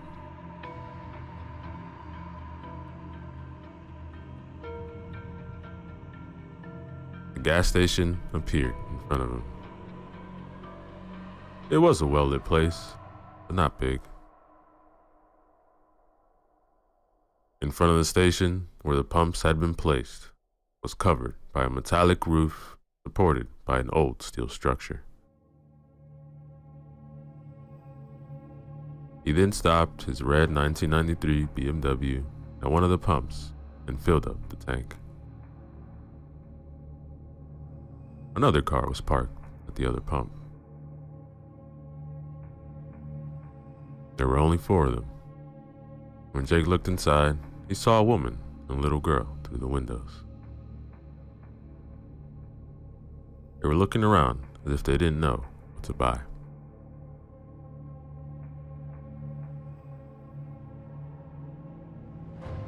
He looked around again, but couldn't see anything. Lights were all bright around the place, so he wasn't able to discern much of anything far away.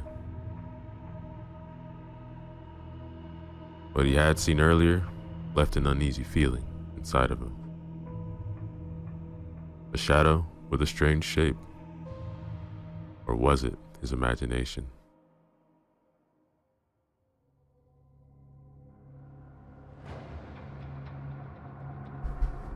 He got out of the car and pulled up the zipper of his leather jacket. It was a little windy around here. Autumn had already arrived, so the weather kept getting colder each day. His legs had a hard time walking.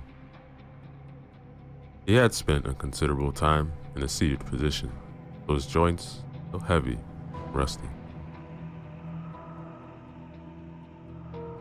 Jake wasn't too old. In fact, he was only 44, and still as healthy as a man can be at that age. The stubble on his face already turned into a beard. He hadn't shaved for a few days. His sunken cheeks and droopy eyes betrayed tiredness and past heavy encounters with the bottle.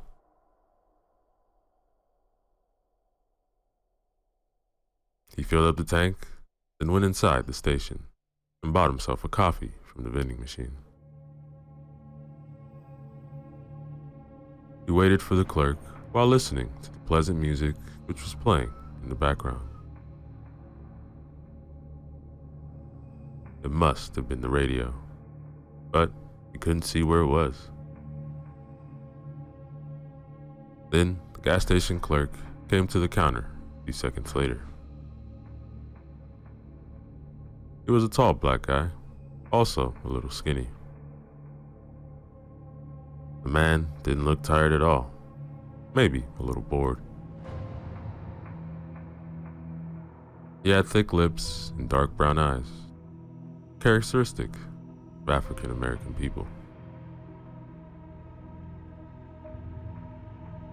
Jake paid for the gas. Before he could leave, an agitated man rushed inside. He was in his 50s and sported an enormous belly. The blue baseball cap on his head was dirty and soaked in sweat. The man's hairy chest was heaving. Jake could see that because of the partially unbuttoned striped shirt the man was wearing. Hey, something's out there. What? There's something out there I saw. What's out there? I don't know. So what? Maybe it was a man. Yeah, but he was black. No shit. I'm black too, man. No, not like that. He was completely black. I'm completely black too. No, not like that. Look, about a mile from here, that way. Near the road. I saw it too. Look, I don't know what the two saw, but I ain't seen shit right. So with all due respect, please stop talking crazy stuff.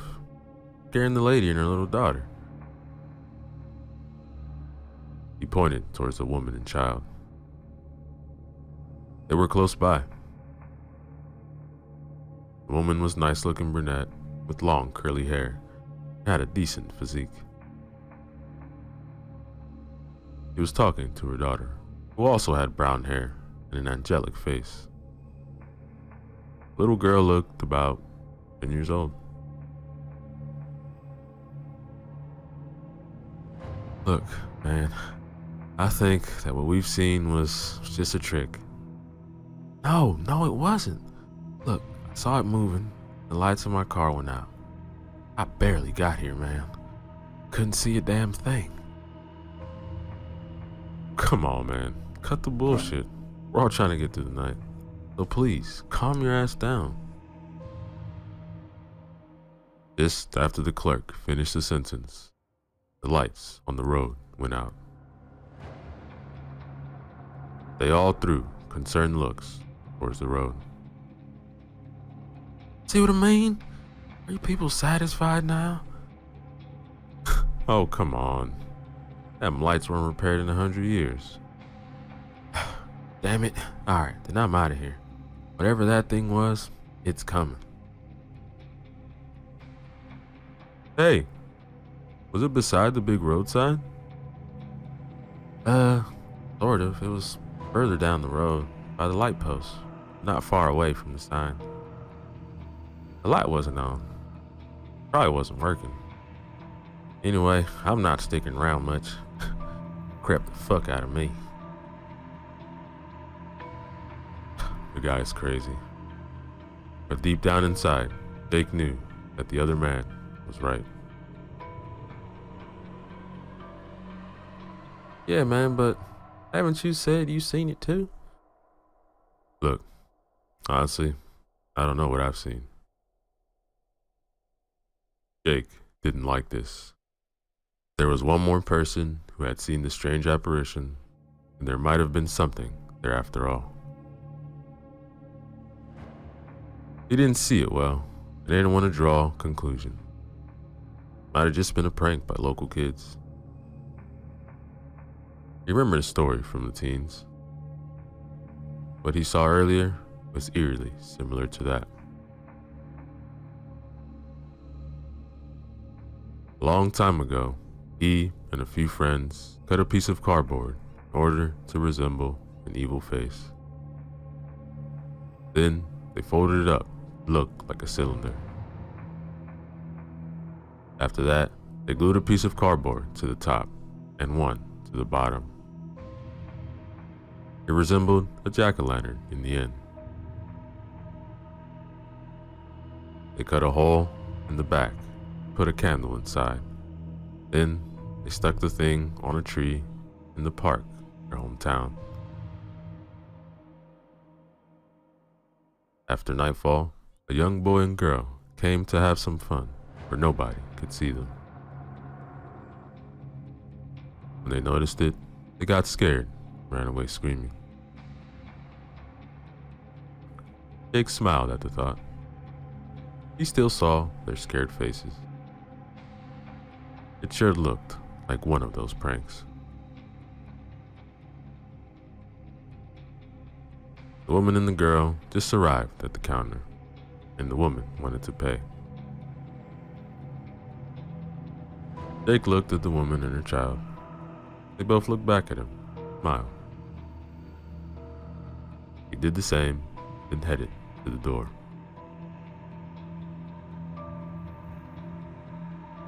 Don't even think about it, he thought. You don't deserve it. The little girl's face struck him. He resembled his late son, Clark. The girl had the same cheeks, very similar nose, and the look in her eyes, just like Clark's. She was smiling with her eyes too. She was beautiful. Her smile brought back some painful memories.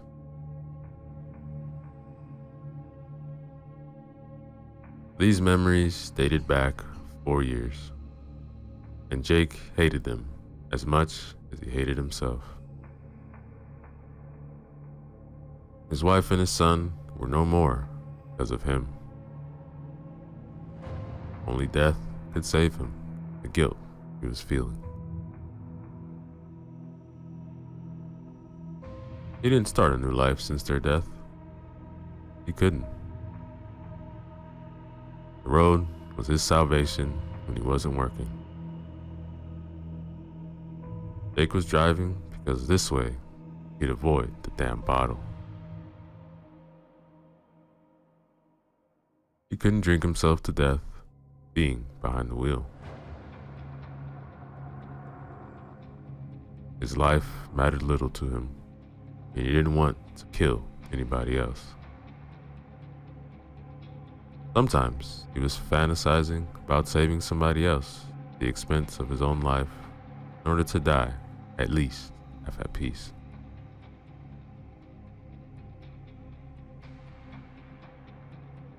Jake walked out the front door and saw the big guy driving out the station. He was driving an old pickup truck, and Jake was wondering how it was still in one piece and didn't fall apart 100 years ago. The man wasn't hesitating much. He must have stepped on the gas really hard because he was out of the road in no time.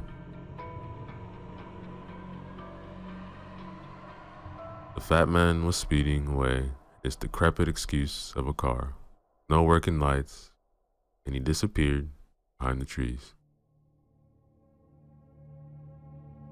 He didn't get far, however, as Jake heard tires screeching and then loud crashing noise. Crashing noise was quickly followed by a harsh metallic one, then an elongated scream. Jake couldn't see anything because of the lush vegetation surrounding the station, but he knew it was bad. Rushed back inside right away. Hey, I think the big guy had an accident. All right, I'm coming right away, said the clerk. Grabbed the flashlight.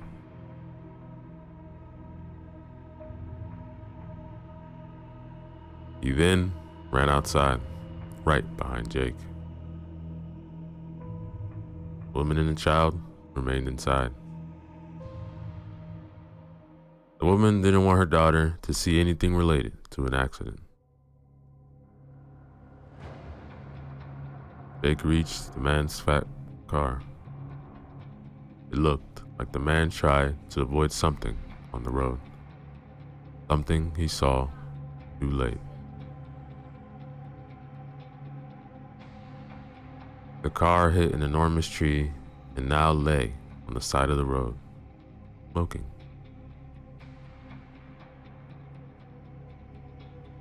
The two men looked inside the car, but they couldn't see the driver.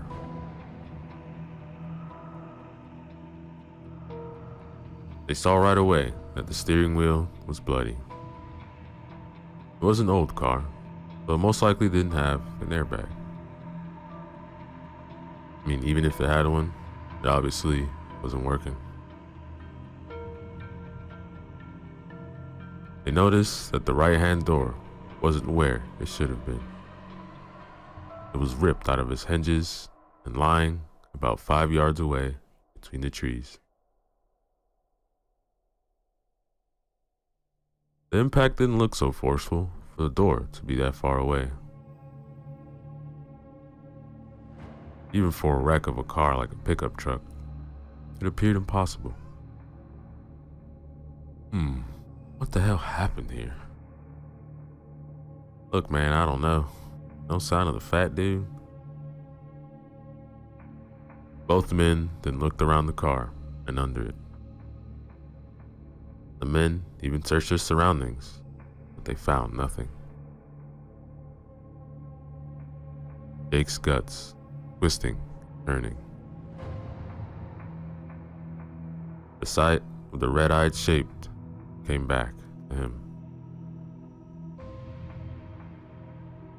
If it were only for him to see it, it would have been fine. The really unnerving fact was that the fat guy had also seen something even closer to the station. What if that thing reached the station? Maybe the road lights turning off were a sign that it was here. Look, it's a mess, man. Yeah, but where the hell did he go? Look, I don't know, but let's not just stand here. I'm gonna call emergency. Yeah, that's a good idea because I heard a scream. That door, something took him. Yeah, man, something big. But I ain't gonna wait here to see it. Alright, man, let's go, let's get back inside.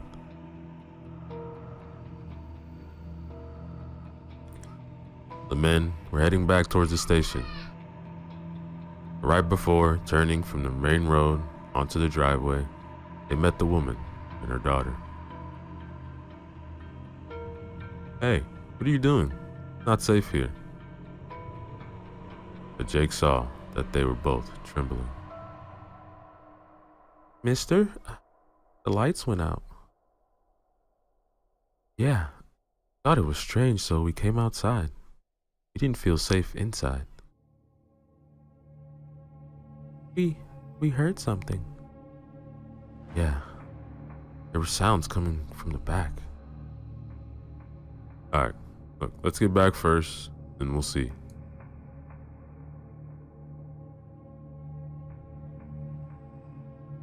They all went back to the station. The clerk was in front with the flashlight. The girls were behind him, and Jake in the back.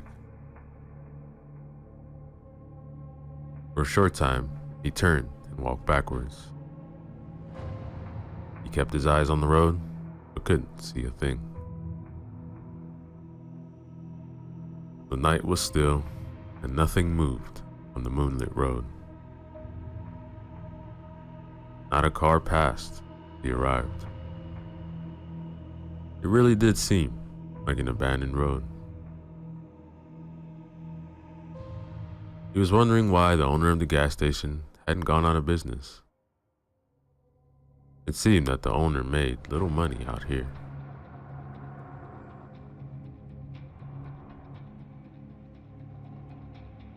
Jake turned, found himself staring at the woman's hips. He liked how they swayed. She wore tight jeans, which accentuated her curves. A thin jacket, made of some material which resembled leather, covered the upper body. Beautiful woman, thought Jake again, then looked away, distaste. The distaste was for him because he began fantasizing about some woman or people dying. In the end, he thought, primal urges always win.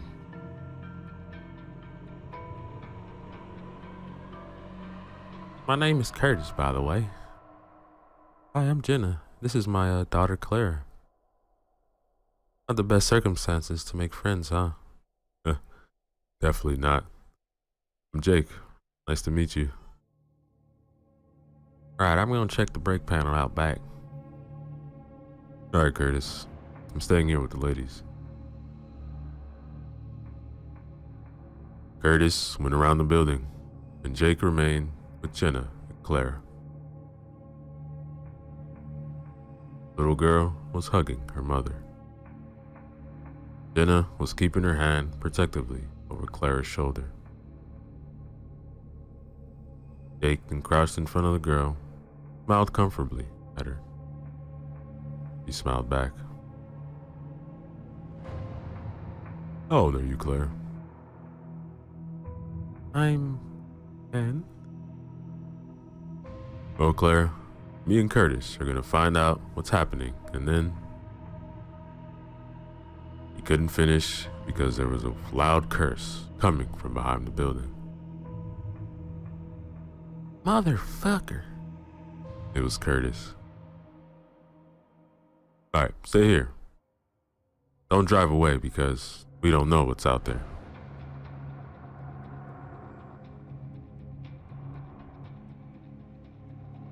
Jake ran after Curtis and found him frozen, a blank stare on his face. When he turned toward the breaker panel, he saw what frightened the clerk.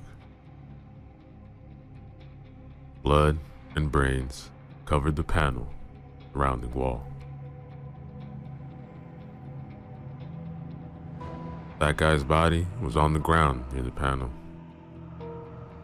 His face was gone, along with about half of his head. Now they understood why there was no light at the station. The thing that took the man from his pickup truck brought him here, bashed his head to a bloody pulp on the breaker panel, which got damaged. What the hell? Asked Jake.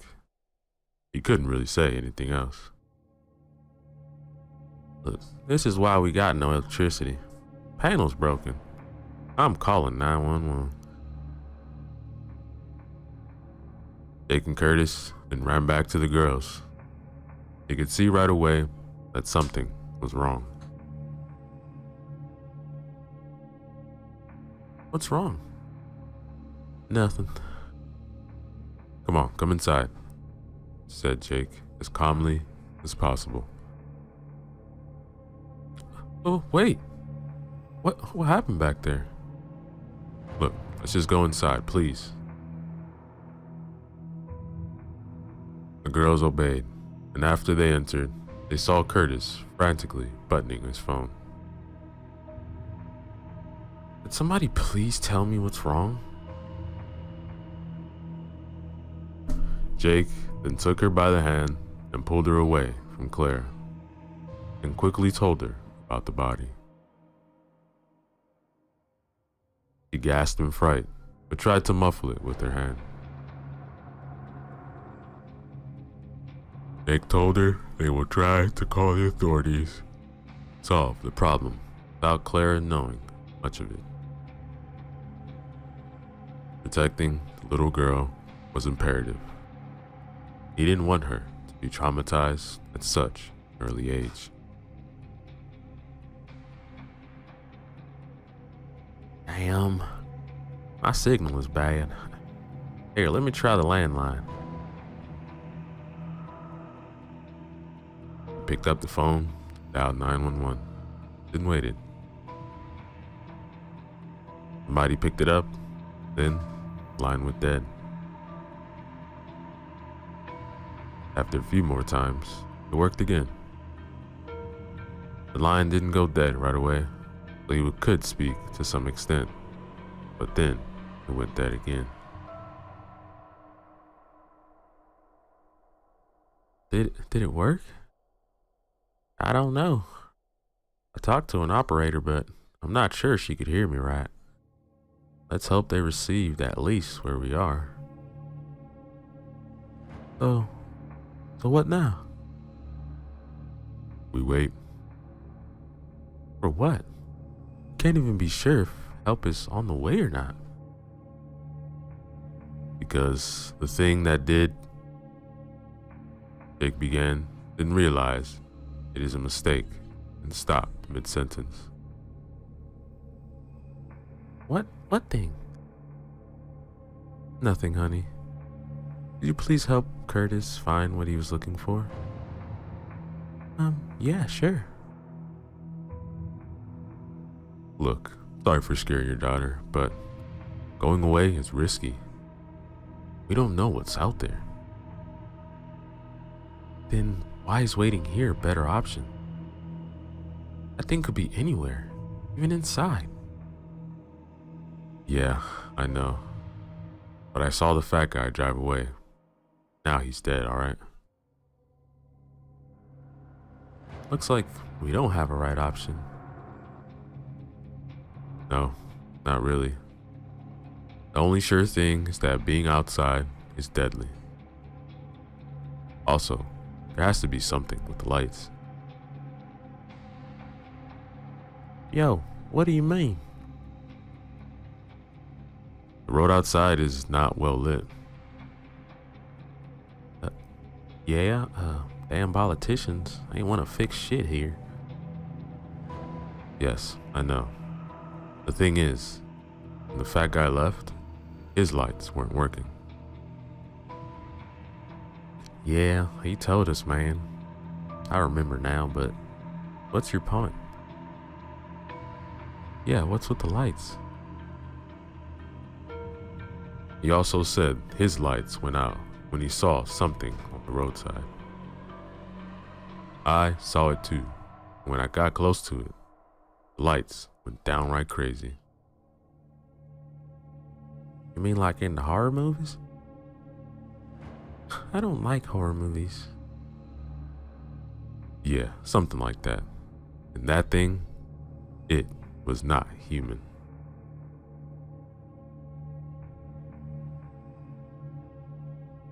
You listening to yourselves? Really? Horror movies? Monsters? You two must have smoked something. Alright, come with me. Excuse me? Look, just come with me. I'll show you something. I won't hurt you. Don't worry. All right.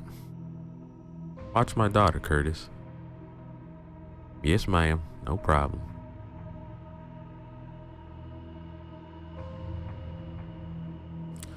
Jake took a flashlight from Curtis and led the way outside. He knew it wasn't a good idea at all, but he also wanted to make sure that Jenna understood the situation they were in. They went back to where the breaker panel was, along the dead man. What the fuck? What? What's wrong? There should have been a dead body here. Oh my God, said Jenna, and her hands jumped to her mouth. The bloodstains were still there. Bits of brain were still plastered to the panel. It looked like something bashed the poor man's head against the panel with substantial force. Oh my God, is that? Looks like a tongue? They stared for a second at the fat man's tongue, which laid in the small puddle of blood a few yards from the panel. Jake noticed that the bloodstains on the ground continued all the way towards the forest. He shone his light on the ground where the body used to be, and traced the blood-red streak till it disappeared in the darkness of the trees. That thing dragged the body into the woods. Yeah, but why? I don't know, maybe to eat it? Maybe.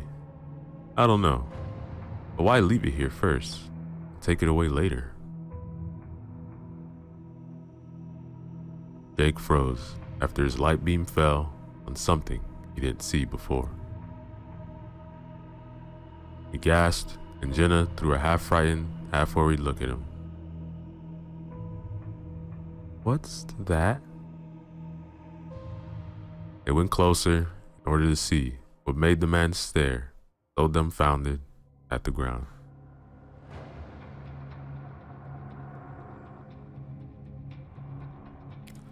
There, on the decades of old asphalt, near the bloody drag marks, a name was painted on the ground.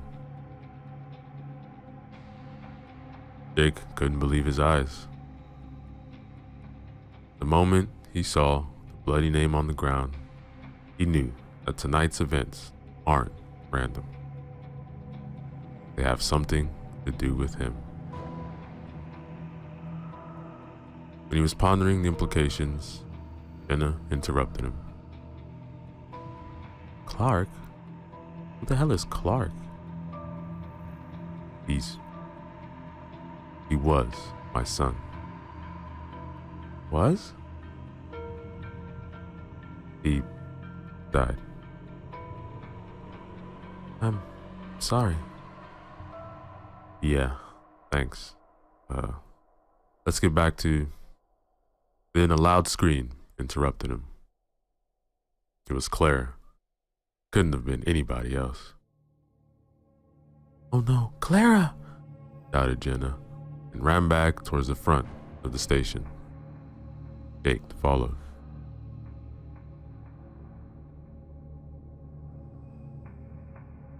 A stream of light illuminating the driveway from inside.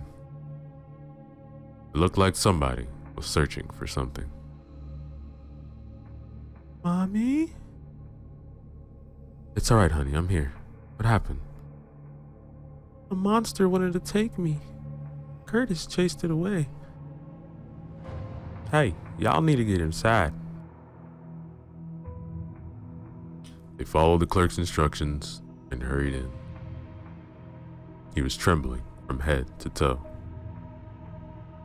His chest was heaving, flashlight in his right hand was shaking.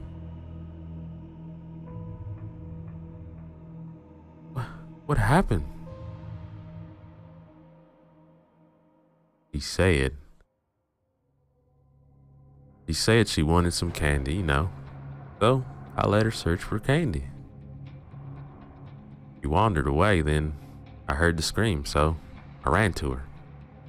She was by the big glass wall in the front. I pointed the light to her, then I saw the thing we were talking about behind her. Jenna held her hands to her chest like she was having a heart attack. She felt relieved because Clara was still alive, but she also knew that her daughter's life had almost been ended. Alright, then what happened next? It disappeared. It dissolved into thin air. I can't explain it. I couldn't see much, but it was big, man. The light made it go away like you've said before. Will the monster come back, Mommy? I don't know, honey. All I know is that we will not let it hurt you, alright? The girl just nodded and buried her head into her mother's shirt. He didn't want to let her go. Jenna really wanted to protect her daughter. What kind of mother wouldn't? The problem was, he didn't know how. He had to rely on the two men who were as lost as she was. Yeah, doesn't like light. That's why he took out the breaker panel. And that's why it could scare the fat guy. His lights weren't working. Yo, the fat dude said his lights were out when he passed the thing on the road. You passed it too, but your lights are working, right? Yeah, I think so. When I passed the thing the first time, my lights flickered, my radio went nuts. It all returned to normal though, after I got further down the road. How come your lights were still working? I don't have the vaguest idea. Your lights were okay when you were on the road, right? Yes, but I came from the opposite direction. Okay. So, we don't know what the hell this thing is. So we better make sure that we are surrounded by light all the time. How many flashlights do we have? We have 4. One is mine, the other's yours, and we still have 2 extra. Jake took one of the lights and gave it to Jenna. He took it and looked in his eyes with compassion, but also some hope. Jake seemed to her like a man who could save her, Clara. Not that Curtis seemed less capable to her, but she saw something in Jake. She didn't know for sure what it was. Maybe she saw in his eyes that he wouldn't hesitate a second to save him. Hey Curtis, have you seen anything unusual here lately? Anything which might explain all this? Yo, look, I'm working here for a month or so. Not sure as hell I ain't seen anything crazy going on. It round here and get weird until your ass showed up last night. Jake lowered his head. He was thinking. Maybe these events are truly tied to him somehow. But he couldn't understand how. I don't know, Curtis. Let's just get through the night, okay? Let's do it, man. Hopefully our batteries are gonna last. Aren't you selling flashlights here? Jenna asked, perplexed. No, ma'am. This was the same question I asked the boss when I'm coming here to work. He said that he plans to sell them in the future, but not yet. Business strategies, you know. Or lack of them. Shit, Jake exclaimed after their flashlights went out. Darkness enveloped them, and they felt icy fingers crawling up their backs. Clara hugged her mother more tightly.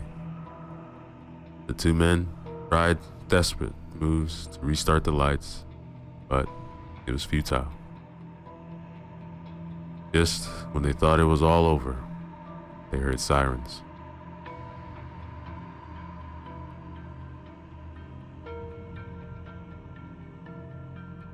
Soon, a police cruiser turned onto the driveway with its blue and red lights whirling around. People inside the station died in relief. Finally, they had been rescued, and the ordeal was over. At least, this is what they thought. Better stated, this is what they all wanted to be true. The car didn't get too close because its siren and lights went dead in an instant. The driver tried to start the engine a few more times, but was unsuccessful. He also tried the radio, but it was dead. Jake opened the front door and was heading out to meet the police officers, but then halted in his tracks. To his right, between the tall bushes, he saw something moving. At first, he thought it was something in the wind. But no, it had an abnormal form. A tall, dark shape emerged onto the driveway. It had no visible features, only an outline. Otherwise, it was complete blackness. Outside was dark, but the visibility was still acceptable because the sky wasn't clouded.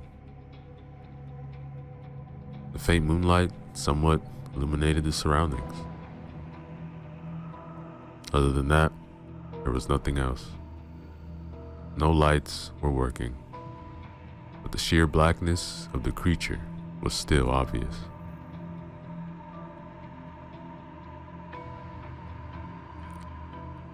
It looked tall, about 8 or 9 feet, and had wings. They resembled the wings of a bat, only much larger, and they were only retracted. The creature also had 2 horns, jutting forward from its forehead, which then curled upwards. They couldn't see any facial features. Its hands were long and ended in thin fingers, pointy claws. The creature's legs were like that of a bird or a bat. Digitigrade, but with long fingers and claws. The only feature which stood out, the blackness, were the eyes. Brown and red, positioned in front of the face like those of humans. They were looking straight at the cruiser. Jake told the others to stay inside and began signaling the officers to watch out. He was waving both his hands frantically, shouting. He knew that this was his most idiotic thing he could do, but didn't want to have more people on his conscience. His wife and son were enough for him. Watch out! Watch out! To your left! The creature was already marching towards the car, Those inside surely noticed Jake signaling and approached the menace, because both front doors were opened with force. The driver couldn't get out because as soon as the door opened, the black thing made a tremendous leap and landed beside the car. This was when Jenna took her daughter and rushed to the back of the station. He didn't want her to witness anything of what was going to happen. What the fuck? Came the panicked shout from the police officer as the creature grabbed the door and ripped it off like it was nothing.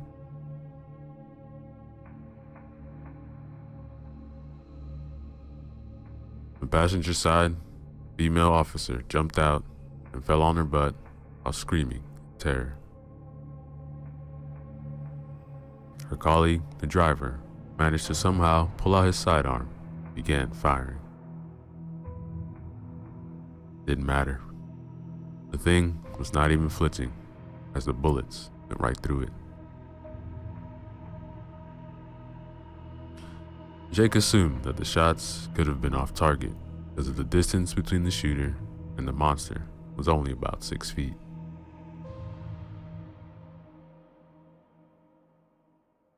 Jake was standing there, transfixed, as the black thing with raging red eyes got hold of the police officer and yanked him out of the car. And then, a terrorizing roar spread its wings. It was one hell of a sight. Creature's wingspan was at least 10 yards, maybe even more. Police officer was alive and screaming, but he couldn't do much against the winged darkness.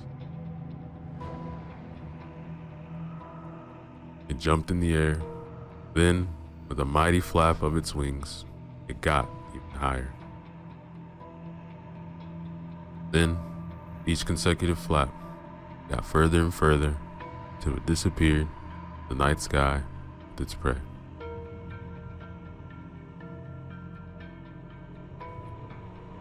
Come here! Hey, officer! Jake was trying to get the attention of the policewoman who was still lying on the ground.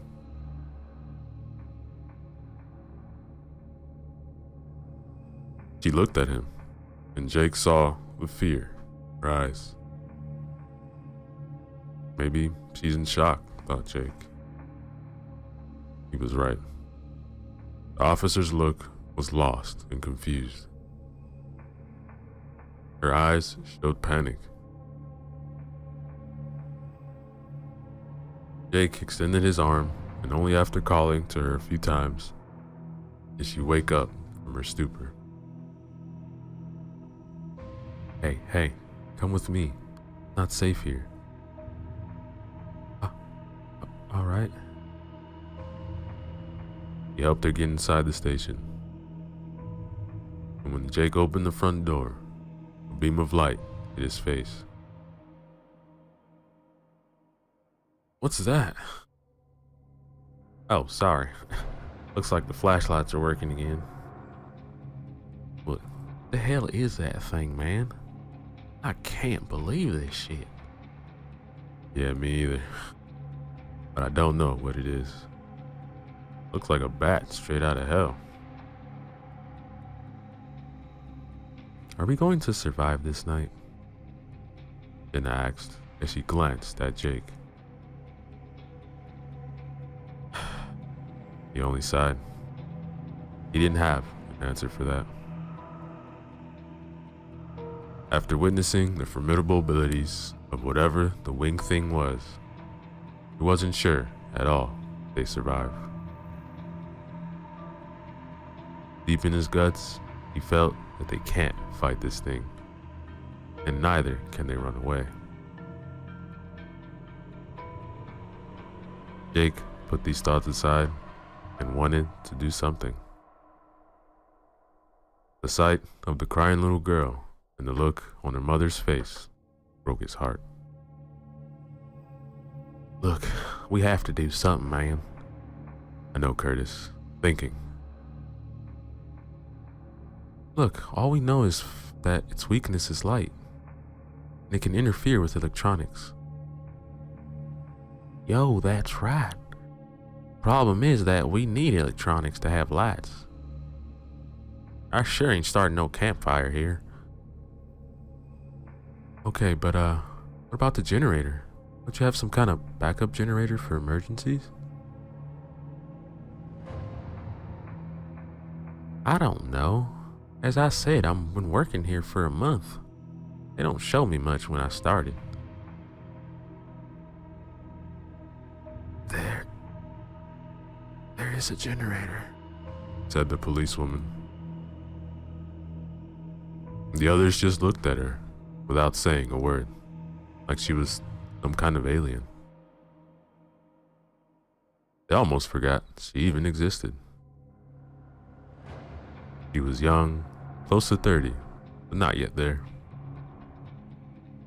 Her long blonde hair was tied up in a ponytail, and her otherwise harmonious face were now contorted under the pressure of fear and shock.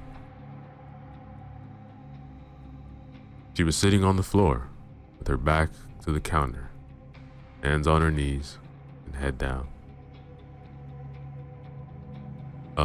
Sorry, ma'am. Are you sure? Yes, my name is Sarah. My brother used to work here. He had told me that he had to use the generator once because of a power outage. And do you know where it might be? Because I ain't see it around here. Somewhere in the back. I don't know. Might be in the equipment room. Go check. Alright, I'm gonna go check it out. Alright, I'll come with you, Curtis. Can you, take care of the girls? Yes, of course. I think I'm okay now. Just go. The two men rushed out, lighting their way with flashlights. Curtis was leading Jake to the back where they had found the body of the fat guy. The toilets were here, and also a small room for different tools and equipment. Curtis fumbled a little with the key, but soon the door opened, and they were greeted by a dirty and cluttered rectangular room. The smell of dust and gasoline hit their nose right away. All right, let's see what we have here. As Curtis and Jake began searching.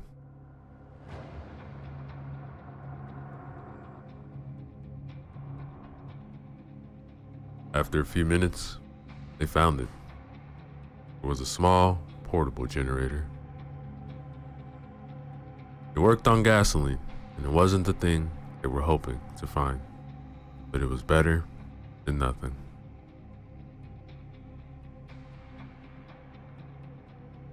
Look, I have to find some gas to fill this baby up, but we'll see if it's working or not. I really hope it's gonna work. Yeah, Jake, we'll see about that. Look at this, man. A searchlight. We could use this, baby. Yeah, damn right, said Jake, and inspected the object, which was larger than the flashlight and had a long cable attached to it.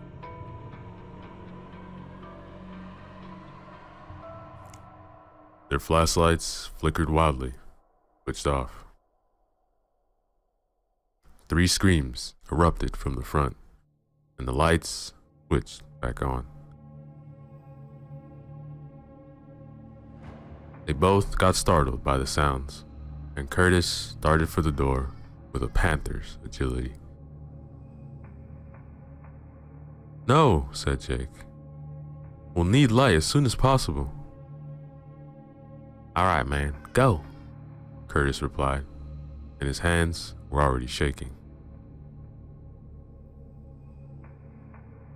Jake ran to the front to see what had happened. When he reached the entrance and looked to the glass wall, he almost screamed himself. The upper torso of a man was crawling towards him, fixed eyes on Jake. Sarah was standing in the doorway without a clue about what he should do. Jenna was inside. She was cradling her daughter so she doesn't see horrible events.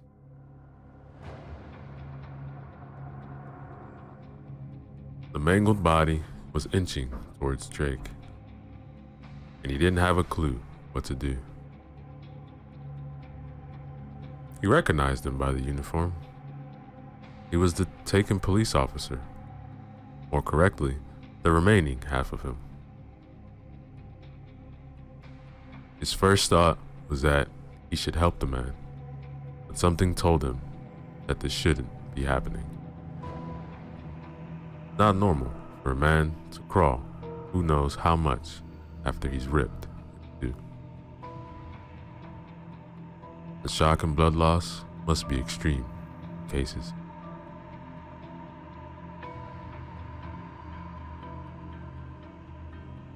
He remembered an event which he witnessed as younger. It taught him for life that he should not play the speed limits. Years ago, a young man was racing like crazy in his new motorbike. Parents just bought him the bike because it was his birthday. The guy lost control of the bike, side of a car, and flew sideways straight to a pole. His body cut in two pieces. Poor bastard was still alive for a few seconds because of the adrenaline. He tried to crawl to his lower body, somehow put it back. The paramedics lifted him up.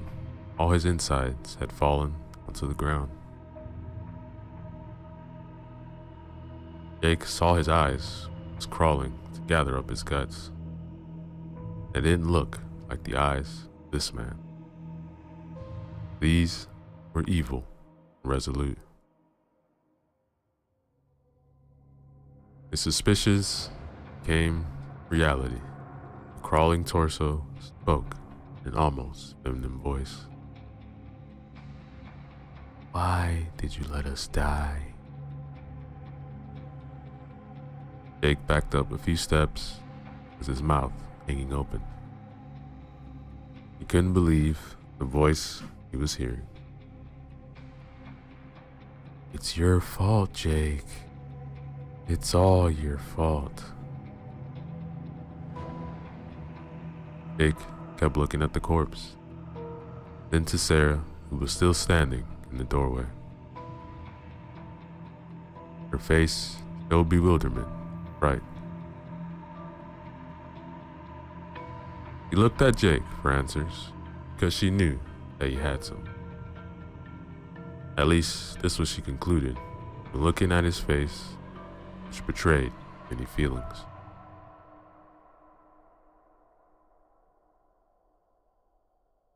"Hey, come inside." Jake couldn't say a word. Old feelings rushed back to him like a torrent. The floodgates had been opened. That which was just slowly flowing through recently healed cracks came down on him again, bathing him in a shower of sorrow. He crashed to the ground and hid his face in his hands. Sarah hurried to him, bent down to the grieving man, put her hand over his shoulder. "Come on, don't do this. We need you." I killed him." "You didn't kill anybody. Now come inside, will you?" man woke up from his stupor, got up. Sarah led him back inside the station. His legs were barely obeying him. His mind was in some other place, a dark place. After Sarah brought Jake back inside,